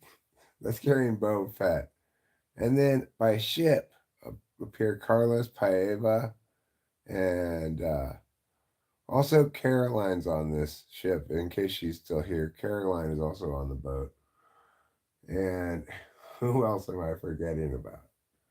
Sleazy Juan. Of course, Sleazy Juan is on the boat as well. So everybody gets off the boat, and Elaine says, "What are you doing, Sleazy Juan?" Because Sleazy Juan is chasing some penguins around. And Carlos says, "Come on, knock that off. That's not cool, Sleazy Juan." He says, all right, I'll stop chasing the penguins." But when he comes back, everybody sees that he has some penguin eggs in his hands. And Caroline says, "Put those back, Sleazy Juan. You can't steal the penguin's eggs. That's not cool." And he's like, all right. Geez, you guys are so fussy." So he puts back the penguin eggs. And then Amand says, "All right, everybody, we're here. We're queer. We don't want any more bears. We're ready to go to our St. Patrick's Day party." And Elaine says, "Well, where is it exactly?" And he says, "Everybody, look, I brought you all this extra cold weather clothes, so put it on now." And they're glad that she did bring all that. They're glad that he did bring all that cold weather clothes because A lot of people arrived poorly dressed for the weather. Boba Fett came from India. He didn't have any cold weather clothes with him at all. And so, he was very grateful to get a park on because he was freezing to death at that moment. Caroline, she came from Colorado, so she had some parkas and stuff, but she wasn't prepared for the Antarctic winter. Sleazy Juan, he was pretty well prepared, but all in all, everybody needed some additional clothes. So Carlos Paiva said, "All right, we're all dressed. What are we going to do now?" And then the main Don, the main eight said, "Well, everybody get on a jet ski. I mean, as what do you call it? A snowmobile, and we're going to go to the place where we're having the St. Patrick's Day party." And Elaine says, "Does anybody else find this suspicious that I have to go so far into Antarctica to have a St. Patrick's Day party?" And Elaine says, "Listen, there's nothing suspicious about it. Everybody knows the best corned beef can only be found in Antarctica." So they all agree with that. And they get in a line. It goes Elaine, then Boba Fett, then Sleazy Juan, then Elaine, then Caroline, then Carlos Paeva, then Boba Fett again, I think. And then whoever else I may have forgot. Oh, Padawan Rangebender. I almost forgot about him. He's bringing up the rear. He's got his binoculars, and everyone's a little worried that he's going to crash because he keeps trying to continue to drive his snowmobile while looking through the binoculars. So anyway, there's this long train of snowmobiles, and they're driving along Antarctica's iceways when suddenly uh, Edamon, a main eight says, "Wait, there it is." And everybody looks, and there's a big ice cave. And so they proceed down there, and Padawan Rangebender says, "Hold on a second, everybody. I'm looking through my binoculars. I've got something to tell you." And Carlos Paiva says, "What do you have to tell us, Padawan Rangebender?" And Padawan Rangebender says, "I see a UFO, I think, sticking out a little bit from that cave." At that point, a main eight pulls out a gun and says, "That's enough out of you, Padawan Rangebender. Everybody get in the cave right now." And Elaine says, "What's going on?" And Caroline said, "You're the one who said it was suspicious." And Boba Fett says, "Oh, I wish I had just stayed home in India." And who else is here? Sleazy Juan says, "Give me that gun," and tries to grab the gun from Amain. But Amain shoots him in the leg, and he falls on the ground. He says, "Ah, my leg! My Sleazy Juan leg! What am I going to do?" And Elaine says, "Don't worry, I'm in the ENFJ. I'll reassure you everything's going to be fine." And Sleazy One says, "But I'm bleeding out. I'm bleeding out." And Carlos Paeva says, "Shut up, Sleazy One. It didn't even hit the artery. You're fine. Just rub some snow on it." So Sleazy One rubs some snow on it. And then Padawan Rangebender comes and looks at it and says, "Well, Sleazy One, I think you're in luck. It's a through and through." And as Carlos Paeva observed, it did not hit the artery. You are bleeding some. We just pack the hole with snow. You should be fine. So Sleazy Juan says, "Okay, fine." And Amain says, "Now, do I have everyone's attention?" And everyone said, "Yeah, okay, fine. We get it. If we don't obey you, you'll shoot us." So then they all go into the cave. And when they go in there, they see a textbook flying saucer, straight out of the flying saucer movies. It's round, it's got lights on it, and it's got a descending ramp from the bottom of it touching the ice. It's got four legs that it sits on, and the ramp is descended down already. So then Amain said, "All right, all of you, get in the spaceship right now." The sleazy one says, "Look, I can't even walk up the ramp, man. I can't. You shot me in the leg. How am I supposed to get into the spaceship?" And the man says, "You want me to shoot you in the other leg?" And sleazy one says, "No, then it'll be even more difficult for me to get into the spaceship." Padawan Range Better says, "Here, look, Carlos Paeva and I will, Boba Fett, you come here and help too. The three of us will carry you up onto the spaceship, okay?"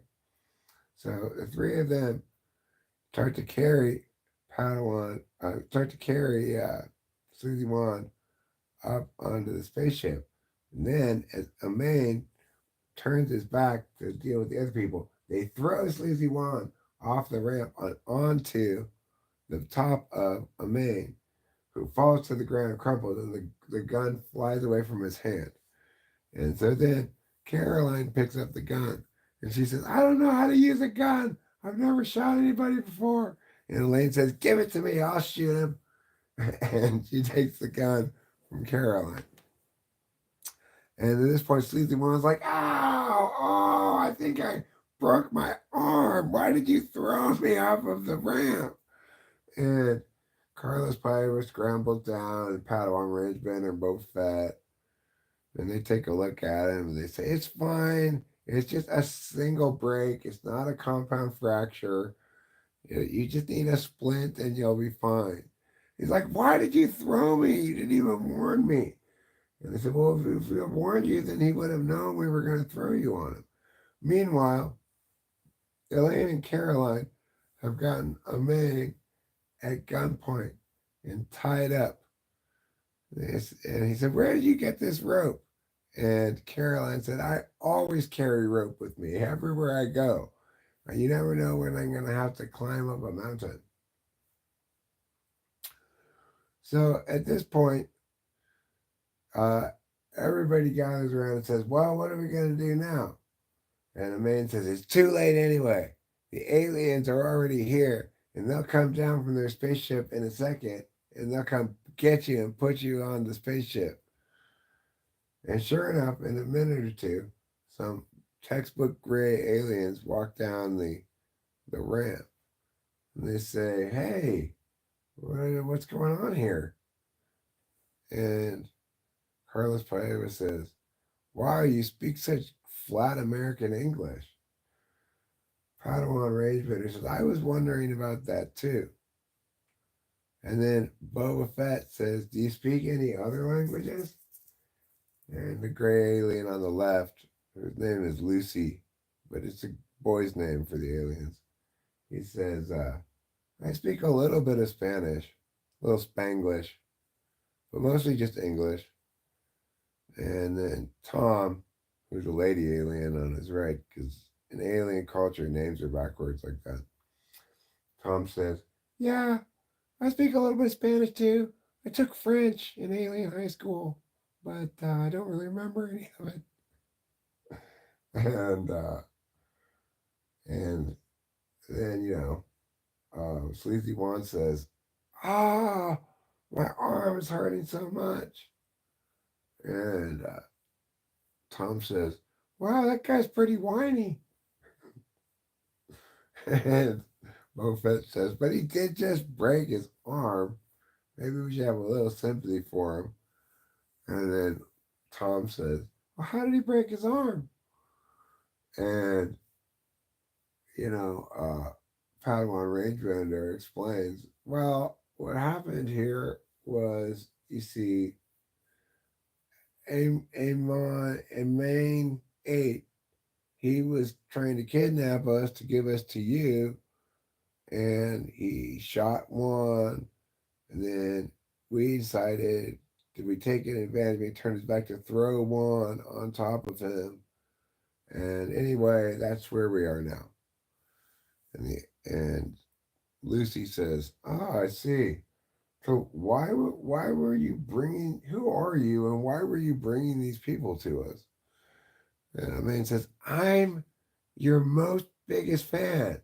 I love you aliens so much. And when I saw you, when I saw on Google Earth, I spotted your alien cave.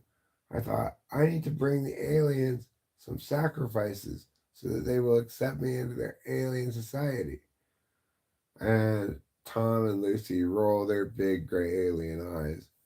And Lucy says, no, no, no. Listen, we don't want any sacrifices.